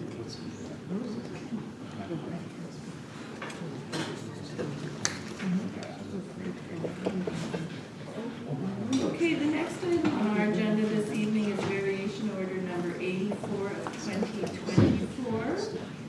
And if I can have a resolution to go into variations, please. Resolved that the second reading be adjourned to public hearing be open for variation order 84 of 2024. Can I have a mover, please? Councilor Corbett, second. Councilor Strang. Any further discussion? Hearing and seeing none, I'll call the question. All those in favor, opposed, carried. Okay, Madam Planner, if you want to take us through this one, please. Property is located on Pioneer Road in an agricultural restricted zone, and the applicant is seeking to reduce the front yard setback requirement to allow for an existing farm. And also to vary the section 3.2 with respect to accessory buildings. So the front yard requirement is 50 feet, and what the applicant is requesting is 12.6 feet. And accessory buildings are typically not permitted prior to a principal building being constructed. This is an existing building. I think it was residual as part of a subdivision, and therefore the applicant is requesting that the detached accessory structure be allowed to exist without a principal building on site. There's an air photo of the subject property, and you can can see the location of the barn in question. It's a more detailed photo showing the location of the structure. Should council wish to approve this application, we're recommending that the variance be limited to what is presented and that the applicant owner obtain all required permits from our office. Okay, thank you for that. Any questions for the planner from members of council? Okay, I believe that the applicant is on Zoom with us this evening. So, Mr. Klippenstein, did you have anything you wanted to add to your application at this point in time? No, we submitted a letter of support. This is a bit of a unique situation, the fact that we are the applicant, however, we are writing a letter of support to the potential owner, Mrs. Laura Smith. And I believe that our letter has been submitted. Okay, I believe that we do have that, yes. I do have another name here. If you have nothing else, Mr. Klippenstein, I'm going to ask if Laura has anything she wants to add. I see she's also on Zoom. Yeah, hello? Hello. Hi.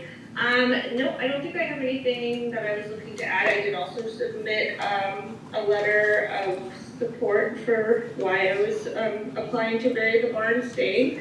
And I believe also a neighbor submitted a letter as well. But yeah, essentially, we're purchasing the property. It had an existing barn, just to keep with kind of the architectural heritage of the area. We've heard from a lot of neighbors that it just would be nice to stay, and from our perspective, we agree.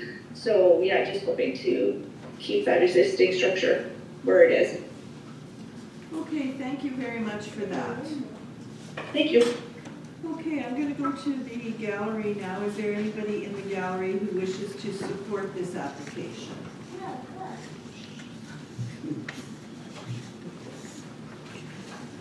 Okay, I'm not seeing any hands go up.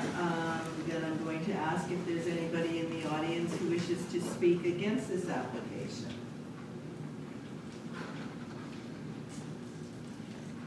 Okay, I do not see any hands going up, and if there's no further discussion or no questions for the planner, I'm going to ask for a resolution to come out of variation board on this one. Yes, go ahead, Councillor. I just want to ask, what's the intent of this build? Are there horses kept in it, or is it just for storage, or since it's there wouldn't be any animals kept in it, just storage, just existing structure. We would probably, just end up storing, closing it up. There's the door is kind of falling over, so we'll close it up and use it for storage. Thank you. Thank you for that. Yep. No problem. Okay, if there's nothing else from members of council and there's no one in the audience that's raising their hand to speak, I will ask for a resolution to move out of variation board. Resolved that the public hearing for variation order 84 of 2024 be closed in regular session of council be reconvened. Moved by Councillor Belanger, second, Councillor Horvis. Any discussion? Hearing and seeing none, I'll call the question. All in favor? Opposed? Carried. And if council's ready to deal with this one, I will ask for the resolution to be brought forward for the variation. Whereas applicant order of tax roll number 313204, legally described as Lot 1, Block 1, Plan 73256, and located on Pioneer Road, has made application for variation order 84 of 2024 from front yard setback accessory building, front yard 50 feet, front yard setback accessory building, front yard 12.6 feet from accessory buildings or structures may not be constructed prior to principal building, to maintain existing detached accessory structure without a principal building, and purpose to reduce the required front yard setback to allow for an existing barn to remain on the subject property and prior to the construction of the principal building. Therefore, be it resolved, variation order 84 of 2024 be approved with the following conditions. 1, the variance is limited to what has been presented in this application. Any further changes, replacements, or additions would require new variance approval. 2, applicant order obtains all required permits from the regular planning district. This order shall expire if not acted upon within 12 months of the date of entry. Thank you for that. Can I have a mover, please? Councillor Sutherland, second, please. Councillor Strang. Any further discussion?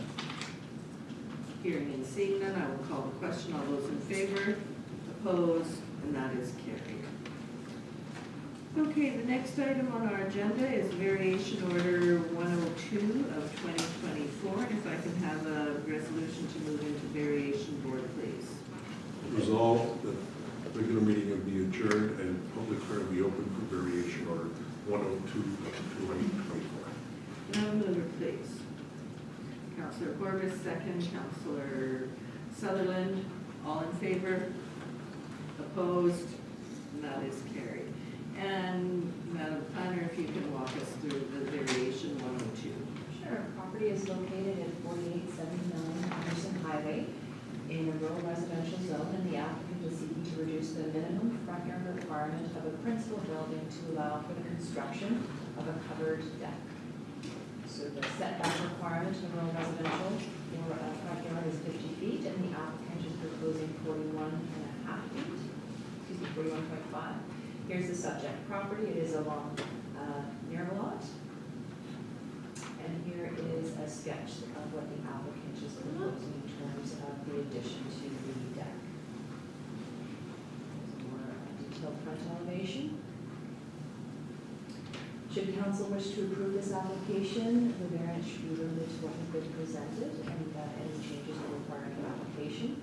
The applicant will require permits from our office, and the applicant will also be required to obtain permits from Montego Transportation.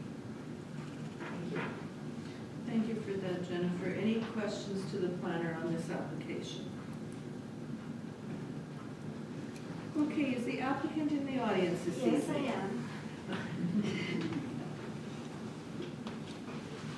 Good evening, everybody. My name is Andrea Sensor. I bought that property a year ago. It was for sale, they said, for 2 years and a half because it was neighborhood street. We take away 3 trucks of 50-foot long containers of mattresses, shoes, half of tractor, you name it. And also our right side neighbors' septic tank was for 20 years leaking on that yard. So we excavate everything, we put a new gravel in, we make like a line for drain the water on front culvert, ditch, and then at the back we built a garden. We lift it up a little bit, but with the laser we make down that the water goes away. So our neighbor never approached us to share the cost for cleaning what he was doing for 20 years, but that is not the subject. On that property, which is now very beautiful property, we cleaned up about 3 acres of land now. Another 3 to go, but believe me, it's very costly, but we will clean up. So on that property, when we bought it, there was a house from late 40s, and it's only 400 square feet. I know, it's a beautiful house, believe me, it was all with the fur. We keep it, because it's a beautiful house. Maybe one day we will do addition, maybe, I don't know. But the front porch, they had a front porch, and it was 14 feet by 8 feet. And that was a good one from 50 feet from the property line because the Henderson Highway goes diagonal. But I would like to extend that porch for 6 more feet, that I have 20 feet in front of the house and 8 feet and covered. That's what I would like to do, so that 6 feet of my proposed porch, it doesn't go in the 50 feet from the Henderson Highway. Actually from property line, not from Henderson Highway, because there is a big ditch. And right now, we have some soil and gravel in front where, because we had a steal, people were stealing, so that's why we chain link down, and we have lots of soil and gravel there. That will be all removed if there is any request. Just we need to move in first. We don't live there yet because we want to repair and make front, because I right now don't have entrance front house. So that's why we proposed for deck and covered, because it's so tiny house. I need entrance. I need entrance. I need to put on shoes. And I like to be covered because we are in Manitoba and we have rain and snow, so I would like to be covered. So my deck, it's only 6 feet, what will be 41 and a half. If I don't add this 6 feet, I'm fine with 50 feet away from the property line. So that I would like to propose. We will continue cleaning the land. We solved all the drainage now, it's done. Somebody was walking yesterday on my property, I don't know who. You're all invited to see what we can do by cleaning up. It was, believe me, how neighbors were living there, I don't know. It was awful. Now it's beautiful. We planted about 50 trees already. We will plant more, but I really appreciate my front porch. That I would like. I'm open for any information. I draw the pictures, everything what this has, and I have confirmed drawings from the architect, all the static, everything how it has to be. And I also have already a permit from the highway control, what you mentioned the last. I already have that because I got that first before I went to the architect because, you know, it cost me. It cost money to get stamped drawings and everything. Yeah. Okay, any questions to the applicant from members of council? No? Okay. If we need to, I will call you back up, but I'll just see if there's anyone else who wishes to speak on your application. Thank you very much. Okay, I'm just going to ask if there's anybody else in the audience in support of this application. Come forward and just state your name for the record, please. Yeah, so my name is Alexander Gary. I'm Andrea's son-in-law. I've known her for approximately 6.5 years and assisted her in preparing some details of this application. I can attest to her character in doing everything very diligently, making sure that all the boxes are ticked, and doing everything in accordance with bylaws and regulations. And what she said is true. The property has been significantly improved since she moved there. I saw some of those bins being moved away full of scrap metal and garbage. Drainage issues improved, and significant landscaping work. So I think this small variation to the setback will allow her to build a beautiful front porch that will, you know, fit with the character, and I think it will look a lot better than having something kind of cobbled on. I should mention the deck that was there before and front porch was in very poor condition, so that was that's another big improvement. Okay. Thank you for that, if you have nothing else. Okay, is there anybody else in the audience who wishes to speak in favor of this application? Anybody in the audience who wishes to speak against this application? If you want to come forward and state your name for the record, please.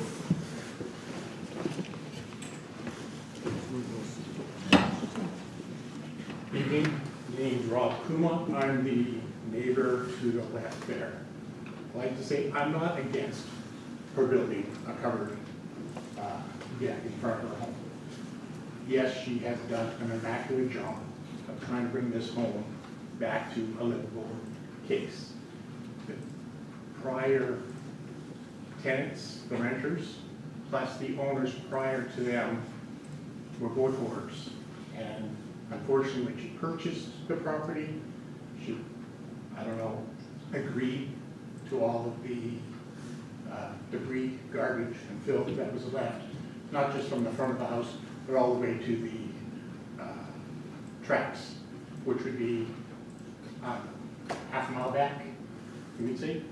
Another 3 acres has to be cleaned. So again, they've done a wonderful job, but there really is no landscaping done. All they've done is just move gravel and soil. My concern, though, is with the drainage. When the prior owner purchased the property, myself and him built a slough from Henderson Highway to about 300 yards going east. when she purchased the property, I went over to introduce myself. She said that she didn't want to have anything to do with me, and she was just there because she wanted to leave the city. I wanted to let her know that with the new sewage going into the area, that I would have to put in a holding tank, and that it would probably take, 6 weeks. 4 weeks later, a fence went up, which covered the slough that we did build to get rid of all the drainage. The drainage that she's speaking of now, the water, is from my sump pump, nothing else. And I did not know that the slough is not there anymore. So that has been resolved. But all I can say is that the place is looking wonderful. I would like to know, because of the elevation that they've done with all the soil, can we table another meeting? Because Tyler, I believe, was there yesterday to look at the land again. He's been there 3 times to my knowledge so far. I'd just like to know when it's going to be resolved before spring and my whole backyard's flooded. Okay, I have a question. You said slough a couple of times. Yeah. Are you talking a drainage ditch or a slough? Because that's two, to me, totally different things. A swale, my mistake, a swale. Okay. A swale. Okay. Yeah. Okay, any other questions for the presenter? Go ahead. The swale you're talking about, is it on the property of the It was neighbors on or on your line property? Between the two of us. It's between the two of you? Originally it was on between, again, it was about, I'm gonna say maybe 12 inches deep and 8 to 10 inches wide. No? No. They diverted the water from the backyard, so. And a fence was put in? Pardon? A fence was built in? It was built on top of it. Looks like. No. Fence is built 1 feet from the property line with you, and the swell is there because my husband went in excavator and opened all the swell to the front ditch, and now it is with laser down that from the where the gravel finish and start the soil is there is with the laser down that the water goes behind the garden. Regardless to the landscaping, it's not finished yet. No, and I know We that. are 1 year there and we are keep dealing with the I garbage and agree with you. everything. You have a landscaping company, I'm sure it's gonna be There beautiful will when it's be done. so many trees and flowers But my because I'm hoarding flowers. Okay, not let's there. cut the conversation. Sorry. Yes. That's okay. Go But ahead and I finish would- your concerns, and then You'll have a chance to come if in. need be, we'll bring the applicant back up. My concern is with the elevated soil that they brought into their property, which is about 2 feet higher than the grade of my yard. So, just a question, Madam Mayor, and to the planner. This is about the porch, not the swale. Right, and that's why I or said we drainage. need to come back on another. No, but you cannot, the question is regarding a porch. You cannot hold up a porch because of a drainage issue between 2 property owners? Do you understand what I'm I saying? do, and I'm not holding up the porch. Like I said when I first got up here, I'm not against. Okay, so if council, then there's no need to come back if council approves the porch, because this will not be addressed as part of this application. Which is fair, then I'll just ask the to be question clear. after the meeting. Well, and the other thing is, you said that Tyler was out there, so if we approve, if this goes forward and we approve the porch, the swale is a totally different thing from the porch. So the two may be on the same property, but they're not tied together. No, and I agree with that. Okay.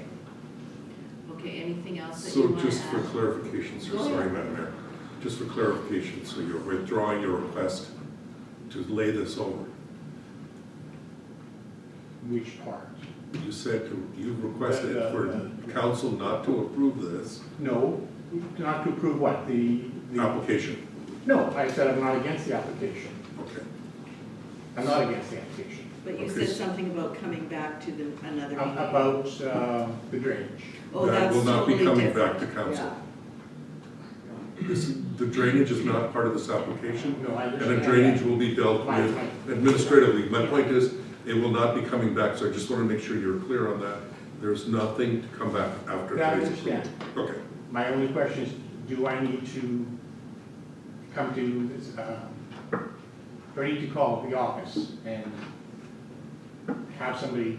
Well, you said Tyler was out there Yeah, I haven't heard already. from Tyler yet. If he was there yesterday, I haven't heard from him today. Yeah, he probably was busy. I know he Yeah. was here a little bit earlier, so maybe, give him a call tomorrow if you're able to and I'll call him sort on that, Friday. Yeah. sort that part out with him. Fair enough. I would suggest that he come to us and talk to us. My husband is a professional landscaper. We have all the equipment. He can show him with the laser the points how the water goes. And Okay, also that's- our land is U-shaped, madam, so madam, when the you'll get a water chance. goes inside our Yeah, land. You'll have a chance to Yeah, come come up. back to the podium and Yeah, speak what you need to speak. I think we have it. You'll get a hold of Tyler. Sorry. Oh, go ahead. I might have, I don't know if I heard you right. You mentioned your sump pump was pumping water into this thing? This drain, or did I hear wrong? I heard you mention the sump. We have a pump that every, Pumps pumps rainwater? some water, yeah, rainwater, Rainwater or gray water? rainwater. Gray water. Rain. R-A-I-N. Rain. Rain, okay. All right, Okay, anybody else have any questions for Mr. Cooper? Go ahead, Councilor Blanche. My suggestion was going to be what the applicant was saying was that these two neighbors communicate and work to get along. I think there's opportunity there, but that's what we always ask people to do, is to work together civilly. So if you get a hold of Tyler, it makes, I guess it makes not much of a difference if we approve for her porch this evening. Tyler will work on the other problem with yourself and see if you can't get that resolved with the neighbors. Okay? So, madam, now you can come up if you want to add anything more about the porch. I would, about the porch? Whatever I you want, would madam. really like to have the entrance, please. About the drainage, please come and talk to my husband. He's professional landscaper. He will address every single issue you have, because we are there to make beautiful land. And everything will be planted. We are just still thinking. We need to level everything. Okay, and please for my porch, thank you very much. Okay, we'll see where that goes. We'll move forward here. So, any other questions or anything, or should we come out of variation board and move this one forward? Resolved that the public hearing for variation order 102 of 2024 be closed in the regular session of council be reconvened. Can I have a mover, please? Councilor Strang, second Councilor Gordis. Any further discussion? Hearing and seeing none, I'll call the question. All in favor? Opposed? Carried.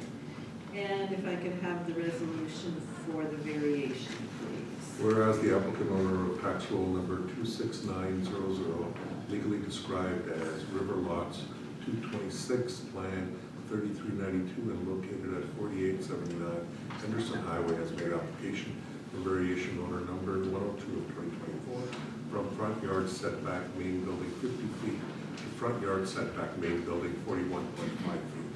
Purpose to reduce the minimum front yard setback to the main structure in order to allow for an attached covered deck to be constructed. Therefore, be it resolved the variation order 102 of 2024 be approved with the following conditions. Variance is limited what is being presented in this application. Any further changes, replacements, or additions require new variance on approval. 2, applicant owner obtains all required permits from the Red River Planning District. 3, applicant owner obtains all required permits from Manitoba Transportation Infrastructure if required. Okay, can I have a mover, please? Councilor Sutherland, second, please. Councilor Belanger. Any further discussion? Hearing and seeing none, I will call the question. All in favor? Opposed? And that is carried. Okay, the next item on our agenda is a combined subdivision and variation order for application, I guess it's have the subdivision number on the sheet here. S24-3061. Okay, S24-3061. So this one is a little bit different because it is both, and there is no public hearing for the subdivision, correct? That's it. Okay, so if you want to we'll do the subdivision first, and then we'll move into variation for it. Sounds good. Property is located at Road 93 North, and the applicant is seeking to create 2 lots in an agricultural general zone. So here is the supportive mapping of the subject property. And here is the subdivision application map. You can see in the top northeast corner, there's a 10-acre proposed lot, and that is to accommodate an existing sewage ejector. The lot area requirements in the agricultural A80 zone are 80 acres for site area and 300 feet in site width. Proposed lot 1 is 10 acres and over 900 feet in site width. So it is in compliance with site width, but not in compliance with site area. The residual lot is 70 acres and 390 feet in site width. So it is in compliance for site width, but not in compliance for site area. So we are recommending approval subject to the conditions before you, which include confirmation from the CAO that taxes on the land have been paid, that the applicable fees have been paid as per bylaw 8 of 2023, and that an additional copy of the plan of subdivision be provided to the Arm of St. Clements. The applicant will be required to obtain variances from the Arm of St. Clements for undersized lot width, and the applicant will be also required to get approval from Manitoba Conservation for the ejector system, decommissioning, or a certificate of exemption. Thank you. Okay, thank you for that. Any questions from council to the planner?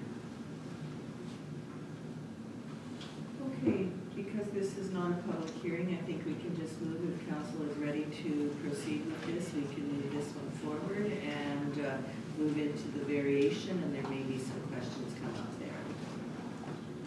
So we'll adjourn this and then come back to it afterwards. No, we have to pass it before we do the variation. You can adjourn this and then do the public hearing and then come back and approve. There's nothing to You need the subdivision first, right? Okay. To consider the variance.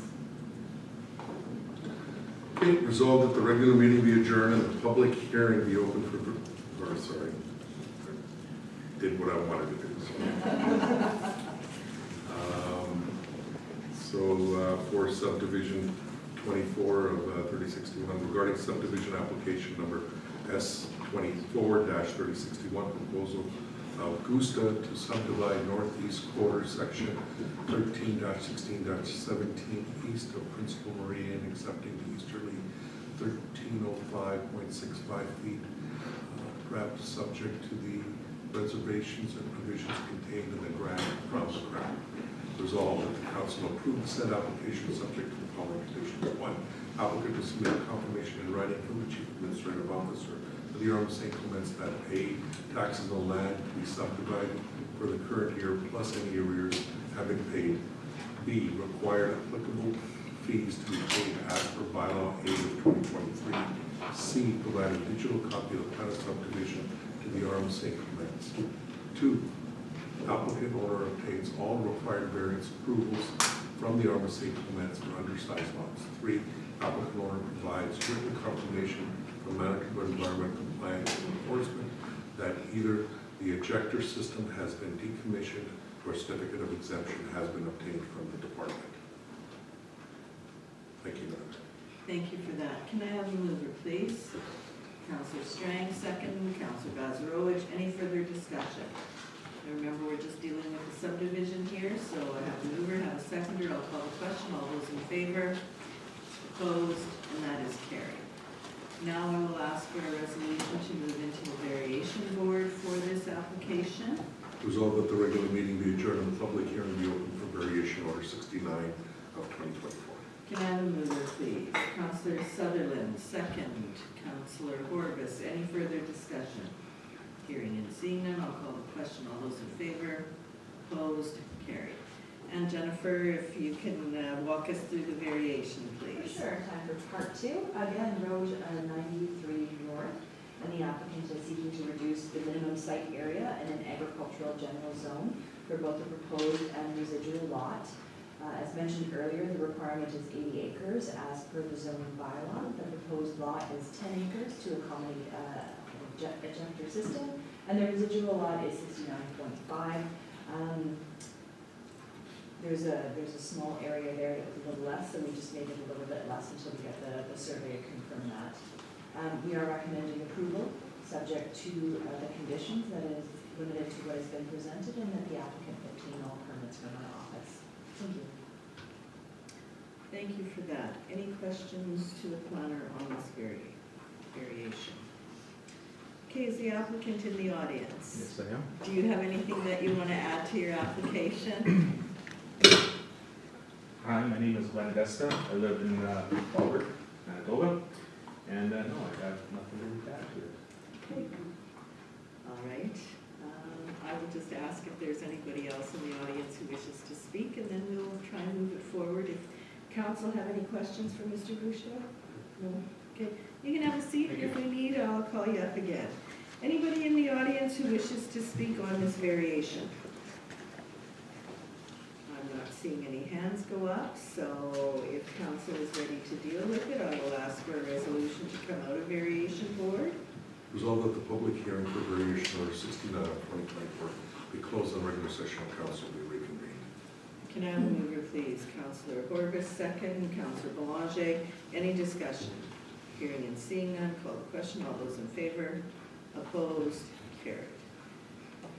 And if we can have the resolution for the variation, please. Whereas the applicant owner of tax roll number 622-250, legally described as Northeast 13-16-7E, and located at 41104 Road 93 North, has made application for variation for 69 of 2024 from site area 80 acres to site area proposed lot 10 acres, residual lot 69.5 acres. Purpose to reduce the minimum site area for proposed lot and residual lot within the agricultural general zone. This variation order is part of a condition within subdivision application S24-3061. Therefore, be it resolved, variation order 69 of 2024 be approved with the following conditions. 1, the variance is limited to what is being presented to this application. Any further changes, increasements, or additions would require any variance approval. 2, applicant owner obtains all required permits from the River Planning District, and this order shall expire if not acted upon within 12 months of the date of acres. Okay, thank you for that. Can I have a mover, please? Councillor Strang, Councillor Sutherland seconds. Any further discussion? Hearing and seeing none, I'll call the question. All those in favor? Opposed? And that is carried. Okay, we are getting near the end of our planning items for this evening, and the last item we have is a subdivision, file number S24-3060, and that is in the name of Calito. And Jennifer, if you could walk us through that. Sorry, Madam Mayor, Oh, right, sorry. Resolved that the regular meeting be adjourned and the public hearing be open for S24-3060. Can I have a mover, please? Councillor Bazarowicz, second. Councillor Strang, all in favor? Opposed? Carried. Okay, now you can go ahead, Jen. Thank you. Property is located on PTH number 12 in a settlement center in the seasonal residential zone, and the applicant is seeking to create 26 residential lots. Here is an aerial photo of the subject property, and here is the subdivision application map showing the 3 blocks with the configuration of the lots coming off of PTH number 12. Site requirements in this area are 15,000 square feet and a site width of 100 feet. The lots are mostly in compliance. There is an exception for the residual lot, which may need a variance, but the lots are over 39,000 square feet and 131 feet in site width. We have no, this is, lot 2. Again, lots requirement, let's back up. Block 2. Seasonal residential zone, site area requirement 15,000 square feet. The lots are over 25,000 square feet and in compliance for site width. And then lastly, block 3, the lots are 60,000 square feet, 30,000 square feet, and over the site width requirement. The residual is over 85 acres. So we are recommending that the subdivision be approved. It was circulated to provincial agencies, and there's some conditions that are coming out of that. So we're recommending approval subject to the conditions before you, which include confirmation from the municipality that taxes have been paid, that applicable fees have been paid as per bylaw 8 of 2023, that a digital copy of the plan of subdivision be provided to the Arm of St. Clements, an engineered road plan and drainage plan be prepared as per municipal service standards, that the applicant owner enter into an easement agreement with the Arm of St. Clements and submit a drainage plan for easement if required, the applicant owner to submit confirmation in writing from the municipality with respect to road naming, the applicant owner to enter into a development agreement with the Arm of St. Clements to address issues including but not limited to an engineered road and drainage plan, a letter of credit for road and drainage construction, administration fees and capital development fees, a security deposit for charges that the municipality may incur throughout the development process, installation of street lighting. That the applicant owner dedicate 10% of public reserve or cash in lieu as determined by council. That the applicant owner obtain variance approvals if required, subject to lot, the surveyor confirming lot dimensions.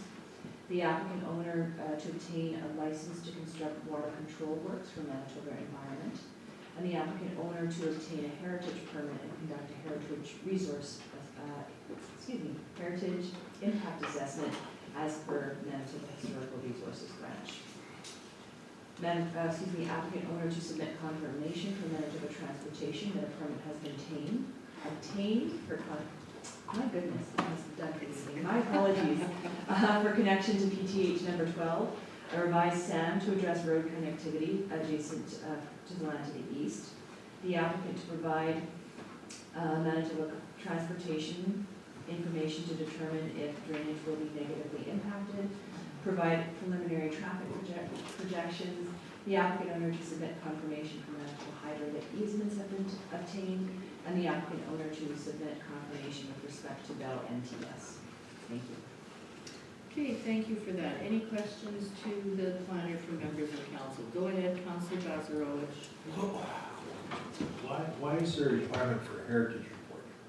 That was a requirement that came out of the province, just because of proximity. It may be deemed as a historical or heritage site. Would it have anything to do with Mariah Creek being in close proximity? Well, I'm thinking it's not your big body of water. No, but Mariah Creek is there, Okay, well, we're, right? it's just they've asked them for ditches. Yeah, no, I know. I know. Is the applicant in the audience this evening or a representative? Hi, Dan. Hi. Come on forward. Thank you. I'm Mayor and Council. Yeah, the report is pretty much tells everything we wanted to do there as a phase 1. Well encompassed. There's a number of conditions. I have the same questions about the heritage, but we'll go through and see if there's a plan that could be required. There's no deep excavations expected. Nothing that would even probably require a basement, so it's all going to be at surface. And happy to answer any questions. Questions? Go ahead, Councilor Boulanger. I can say that I'm glad to see this coming to fruition, coming to get done. I mean, it's something that has been talked about for a while, that open piece of property, so good to see for the area that this type of development's coming in.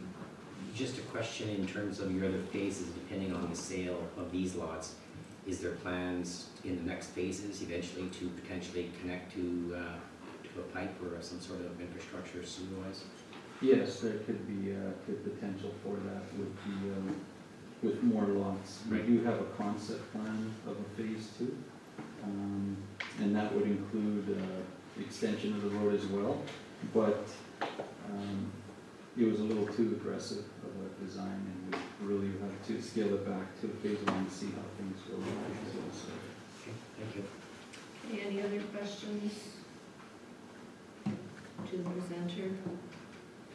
Okay, I have a few more names on the list here, Dan, so I may have to call you back up. So Absolutely. I think these are all in favor. Frank and Felicia Colavito, do you have anything you want to add, Mr. Colavito? Well, I've been in that place more than 40 years, me, my father-in-law, my children, my grandchildren, and we love to go in that place there. We like to do something good for everybody, and we love it because we are there for many, many years. Okay, thanks. My grandchildren, my kids, we love it. Thank you It's for my that. life. Okay, how about Michael Calavito? Do you have anything you want to add? Sure. Did you want Yeah, I would like you to come up to the podium if you don't mind. It's just a little bit easier for us. Absolutely. I'm Mike Colavito. Frank and Felicia are my parents. My wife and my two children live in St. Andrews, and I can attest that I probably spent the last 45 years in Grand Beach. My grandparents had a small cottage without water, which we spent pretty much our whole summer at until my dad decided to invest some money and buy some property that he hoped to divide and maybe get us a lot so that we could continue down the road.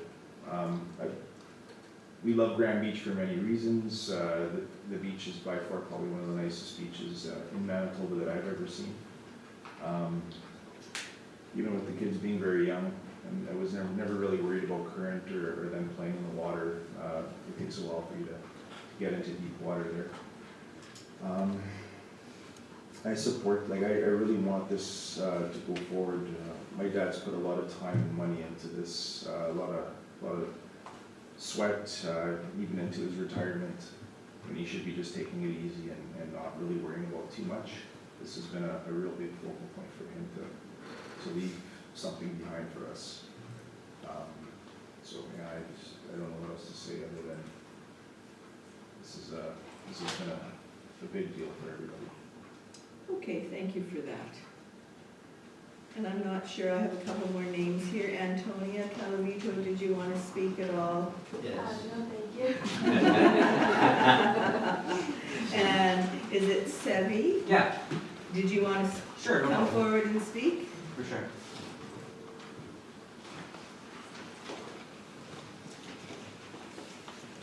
My name is Sabi Colavito. I'm Mike's brother. My parents, like my brother was saying, how it's been a big deal for my parents to build this for us. Something to live and leave us with this, gathering. My father's been dedicated, and my mother have been dedicated to building this into something great. And like my brother was saying, most of my life I've lived in Grand Beach and gone out there, and it's been a huge part of our lives. And to carry that forward would be a great process for everybody. And yeah, we're here to support and just hope for the best. And we're here for us, and we're a very close family, so we really hope for a great outcome. I guess that's all I have to say. Okay, perfect, thank you. And I have one more name, Shauna Calavito. Did you want to speak, or I'm okay? You're good? Okay. I did have one other person here that's supposed to be on Zoom, but I do not see anybody else on Zoom, but they have submitted a letter, which we have. And Jennifer, did you get that letter? Or? I don't believe so. Okay, well, we'll make sure that you do get it then. Caleb, if you could just make a note of that. Was there a letter of support? No, it wasn't. Okay. It was info and opposed, it says. Okay, thanks. Okay. Was there anybody else in the audience who wanted to speak to this application? If you want to come forward, Terry. Thank you all know who I am. Terry Neltek, I'm the treasurer of Eastern Beach Development Corporation. Thank you, Mr. Belanger, for your comments. I'll go back to this subdivision probably 25 years when Robert Rendell tried to do something with the Stella Resorts. He landed the plan on that. The investor family withdrew their support of that, and that land sat vacant for a number of years until I met Mr. Colavito 8 years ago by accident. I spent a number of years with Jensen Development Company, subdivisions like Lincoln Woods, had a development background in land development, and I volunteered my time to help Frank and his family. His passion is incredible. The amount of money he spent is also very significant. He's had a couple of letdowns. We've had many different sets of drawings and plans and surveys. Thank you to Paul Ecknell for doing the most recent drawings. We had so many renderings, it's ridiculous. My file is probably 3 inches thick. Spent many days and weeks with the planning board and council trying to do things, the front of the stage now that were acceptable with all the different requirements. Thank you, council, for your comments about the heritage and the Grand Ray Creek and Ray Creek. I didn't even realize that, but I think we'll have to overcome that. Yes, we want to hook up to the eventual sewer system, but as we can tell, the amount of money right now is a little tight, so we're going to do what we're going to do now. And yes, we do have dreams and aspirations of increasing the size of the subdivision. I met with the Highways Board previously a couple of years ago to make sure we could use the existing curb cut and over the existing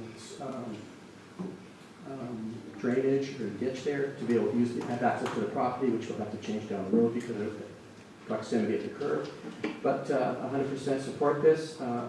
Again, we mentioned the Grand Beach. It's actually Grand Ray, of course. On the legend of Grand Beach, it's only 27 of us in the history, 100 years. I'm only 27. So based on that, and based on my involvement in East Beach Development Corporation and myself as an individual, and a former person that went to council twice already, 100% back this endeavor, and looking forward to hearing a unanimous vote on this. Thank you. Thank you for that, Terry. Okay, I think everyone in the audience maybe have spoken. Is there anybody else who wants to speak on this application that's sitting in the audience that I haven't pinpointed? My grandson. Your grandson? Okay, if you want to move us out of the subdivision, and we can maybe deal with this.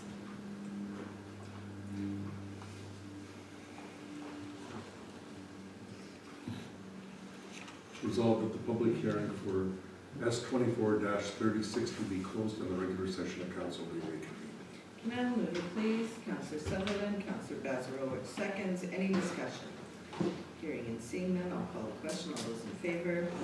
Opposed? And that is carried. If council is ready to deal with this application, I will ask our administrator to please bring the resolution forward. Regarding subdivision application S24-3060, proposal by Colovidio Garcia to subdivide northeast quarter section 8-18-7 east of Principal Meridian. Resolved that council approves said application subject to the following conditions. 1, applicant to submit confirmation in writing for the municipality that 1, A, taxes on the land to be subdivided for the current year plus any arrears having paid. B, required application fees be paid as per bylaw 8 of 2023. C, provide a digital copy of the plan of subdivision of the RSA permits. And D, engineered road and drainage plan be prepared as per the municipal servicing standards. 2, applicant owner enter into an easement agreement with the RSA Clements if required. Submit plan of easement for drainage if required. 3, applicant owner submits confirmation in writing for the municipality that a road naming has been approved as per road naming policy 324. 4, applicant owner enter into a development agreement with the RSA Clements to address the items including but not limited to, if required, A, engineered road and drainage plan. B, letter of credit for road and drainage construction. C, administration fee and capital development fees. D, security deposit for charges that the municipality may incur through the development process. And E, installation of street lighting. 5, applicant owner to dedicate 10% of land for public reserve or cash in lieu as determined by council. 6, applicant owner to obtain variance approvals if required, land surveyor to verify lot dimensions and areas. 7, applicant owner obtains a license to construct water control works from Manitoba Environment and Climate and Change, Water Stewardship Division. 8, applicant owner obtain a heritage permit and conduct a heritage resource impact assessment if required to the satisfaction of Manitoba Historical Resources Branch. 9, applicant owner submits confirmation in writing from Manitoba Transportation Infrastructure that A, permit has been obtained and connection to path PTH 12 B, revise SAM to the satisfaction of Manitoba Transportation Infrastructure to address road connectivity to adjacent land to the east. C, information has been provided to Manitoba Transportation Infrastructure to determine if drainage from the site will be adversely affect the provincial drainage system. So let me read that one again. C, information has been provided to Manitoba Transportation Infrastructure to determine if drainage from the site will adversely affect the provincial drainage system. D, provide preliminary traffic projections. And 10, applicant owner submits written confirmation to Red River Planning District from Manitoba Hydro that the easement agreements have been entered into with respect to the existing and future facilities associated with the subdivision, and a plan of easement as required by the Real Property Act has been provided. And 11, applicant owner submits written confirmation to Red River Planning District from Bell MCS that an easement right-of-way agreement has been entered into with respect to existing and future facilities associated with the subdivision, and an easement right-of-way agreement as required by the Real Property Act has been provided. Okay, can I have a mover, please? Councillor Boulanger, Councillor Strang seconds. Any further discussion on this subdivision? Hearing and seeing none, I will call the question. All those in favor? Opposed? And that is carried. Okay, we have one more item under planning, and that is the zoning bylaw change. I don't think.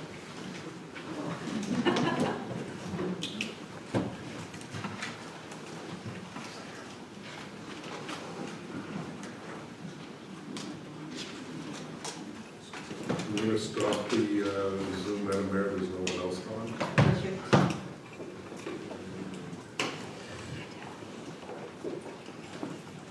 Recording stopped.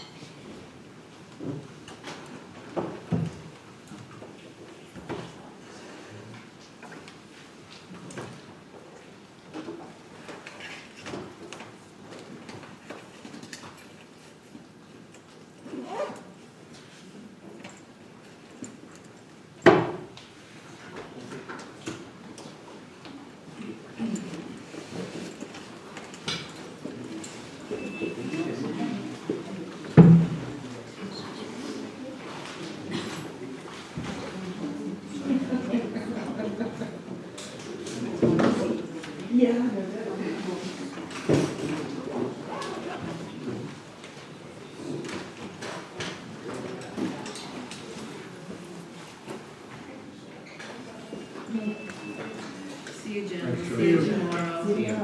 Yeah.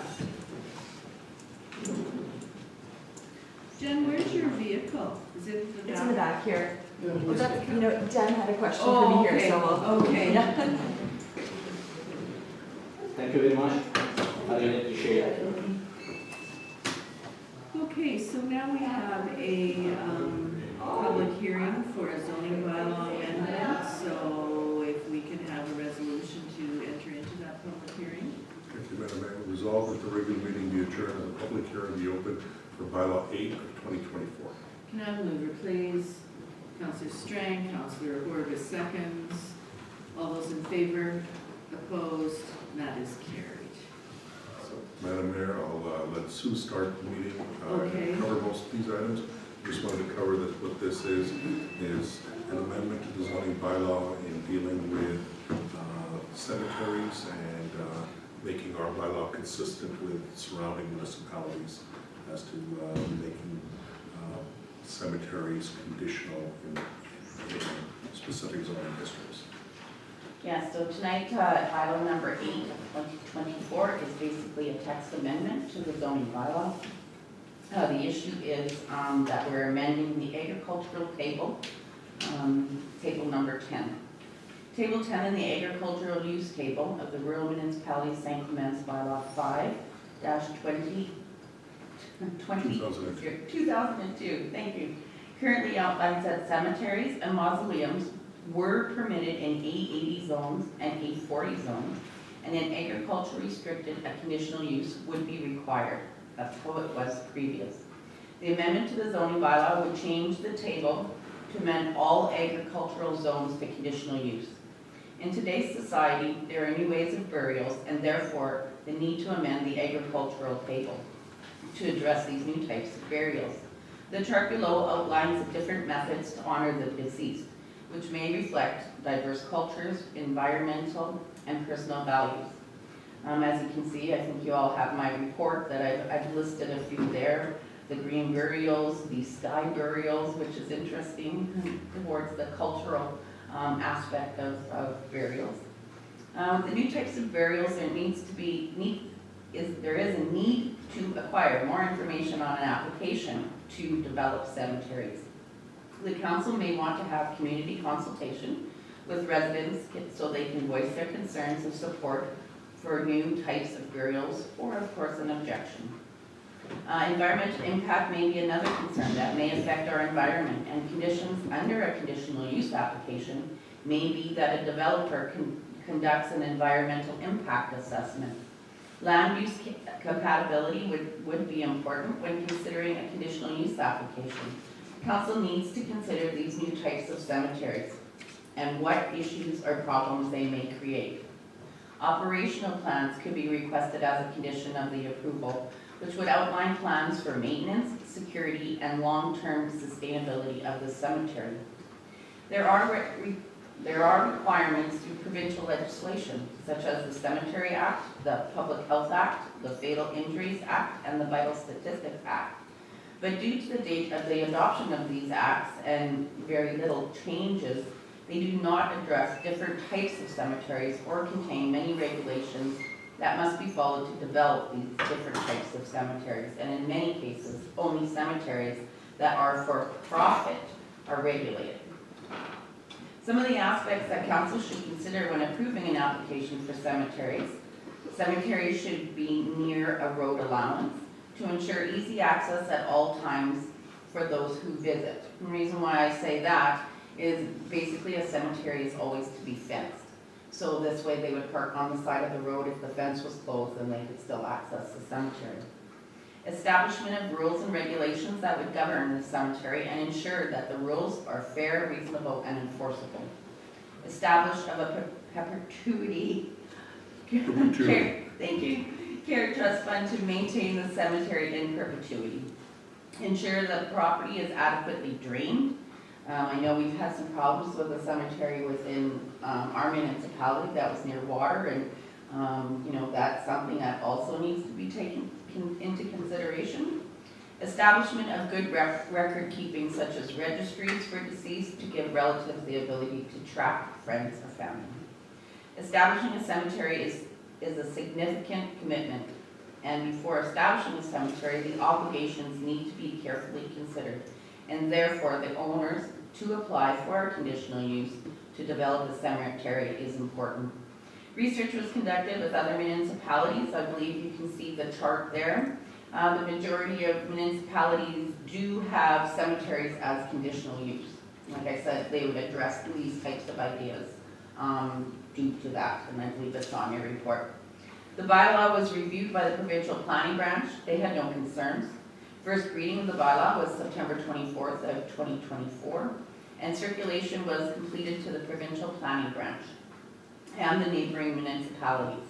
As per the requirement of the Planning Act for the adoption of a zoning bylaw amendment, a notice must be published in the local paper starting at least 40 days before the hearing and completed at least 6 days before the hearing. The notice was published August 7th and August 14th in the Selkirk Record. Recommendation here is once that the public hearing has been completed and there are little or minimal objections, council should proceed with second and third reading of the bylaw. Thank you. Okay, any questions from members of council to Sue? Okay, so if there are no questions, then I would imagine that we can move it forward and give the bylaw a second reading. There is nobody here to speak on the bylaw, so. Read the resolution.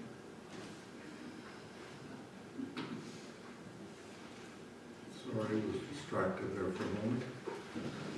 Resolve bylaw 8 of 2024 being a bylaw to amend the Armas Increments zoning bylaw 5 of 2002, as amended, be given second reading. And I will move replace Councillor Strang, second Councillor Horvis. Any further discussion?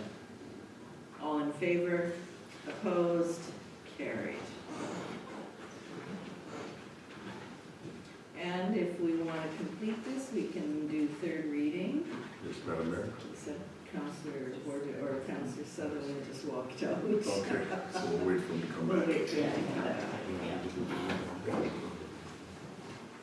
And then do we have anything yet that we need to discuss? We may want to discuss one or two minor items afterwards. Just Okay. close off. Yeah.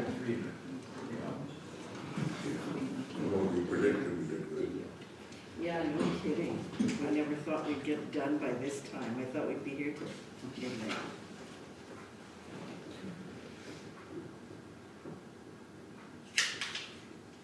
You still recording?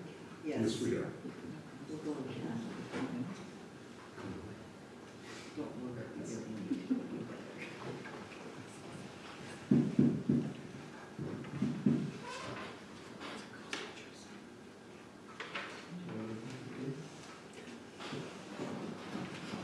No, but you can pass that to Kayla. Yeah, that was that lady's, you know, whose pictures were those? That young lady, Susan, Oh, whatever she yeah. Grandkids or something? The one that wants to build a tiny house. Oh, she's sweet, that girl. Lady.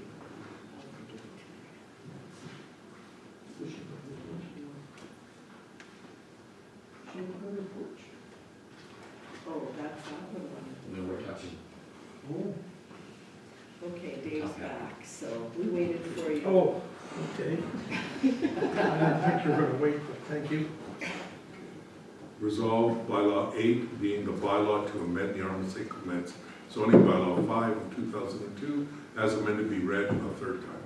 Now the mover, please. Councillor Horvis, Councillor Bazarowicz, seconds. Any further discussion? Hearing and seeing none, call the question. All those in favor, opposed, and that is carried. That's what we recorded, good. That's recorded. and Recorded as unanimous. Unanimous. And thank you, Sue, and we'll go into in-camera. So resolved, council recess the regular meeting and go into in-camera to discuss legal and personnel issues, and further be it resolved that all matters discussed and remain confidential as per section 83(1)D of the municipal act. And now the mover, please. Councillor Strang, Councillor Bazarowicz, seconds. All in favor, opposed, carried. Okay, so we are in camera. Good job, Sue, on this one. We'll wait till the camera stops, and then we'll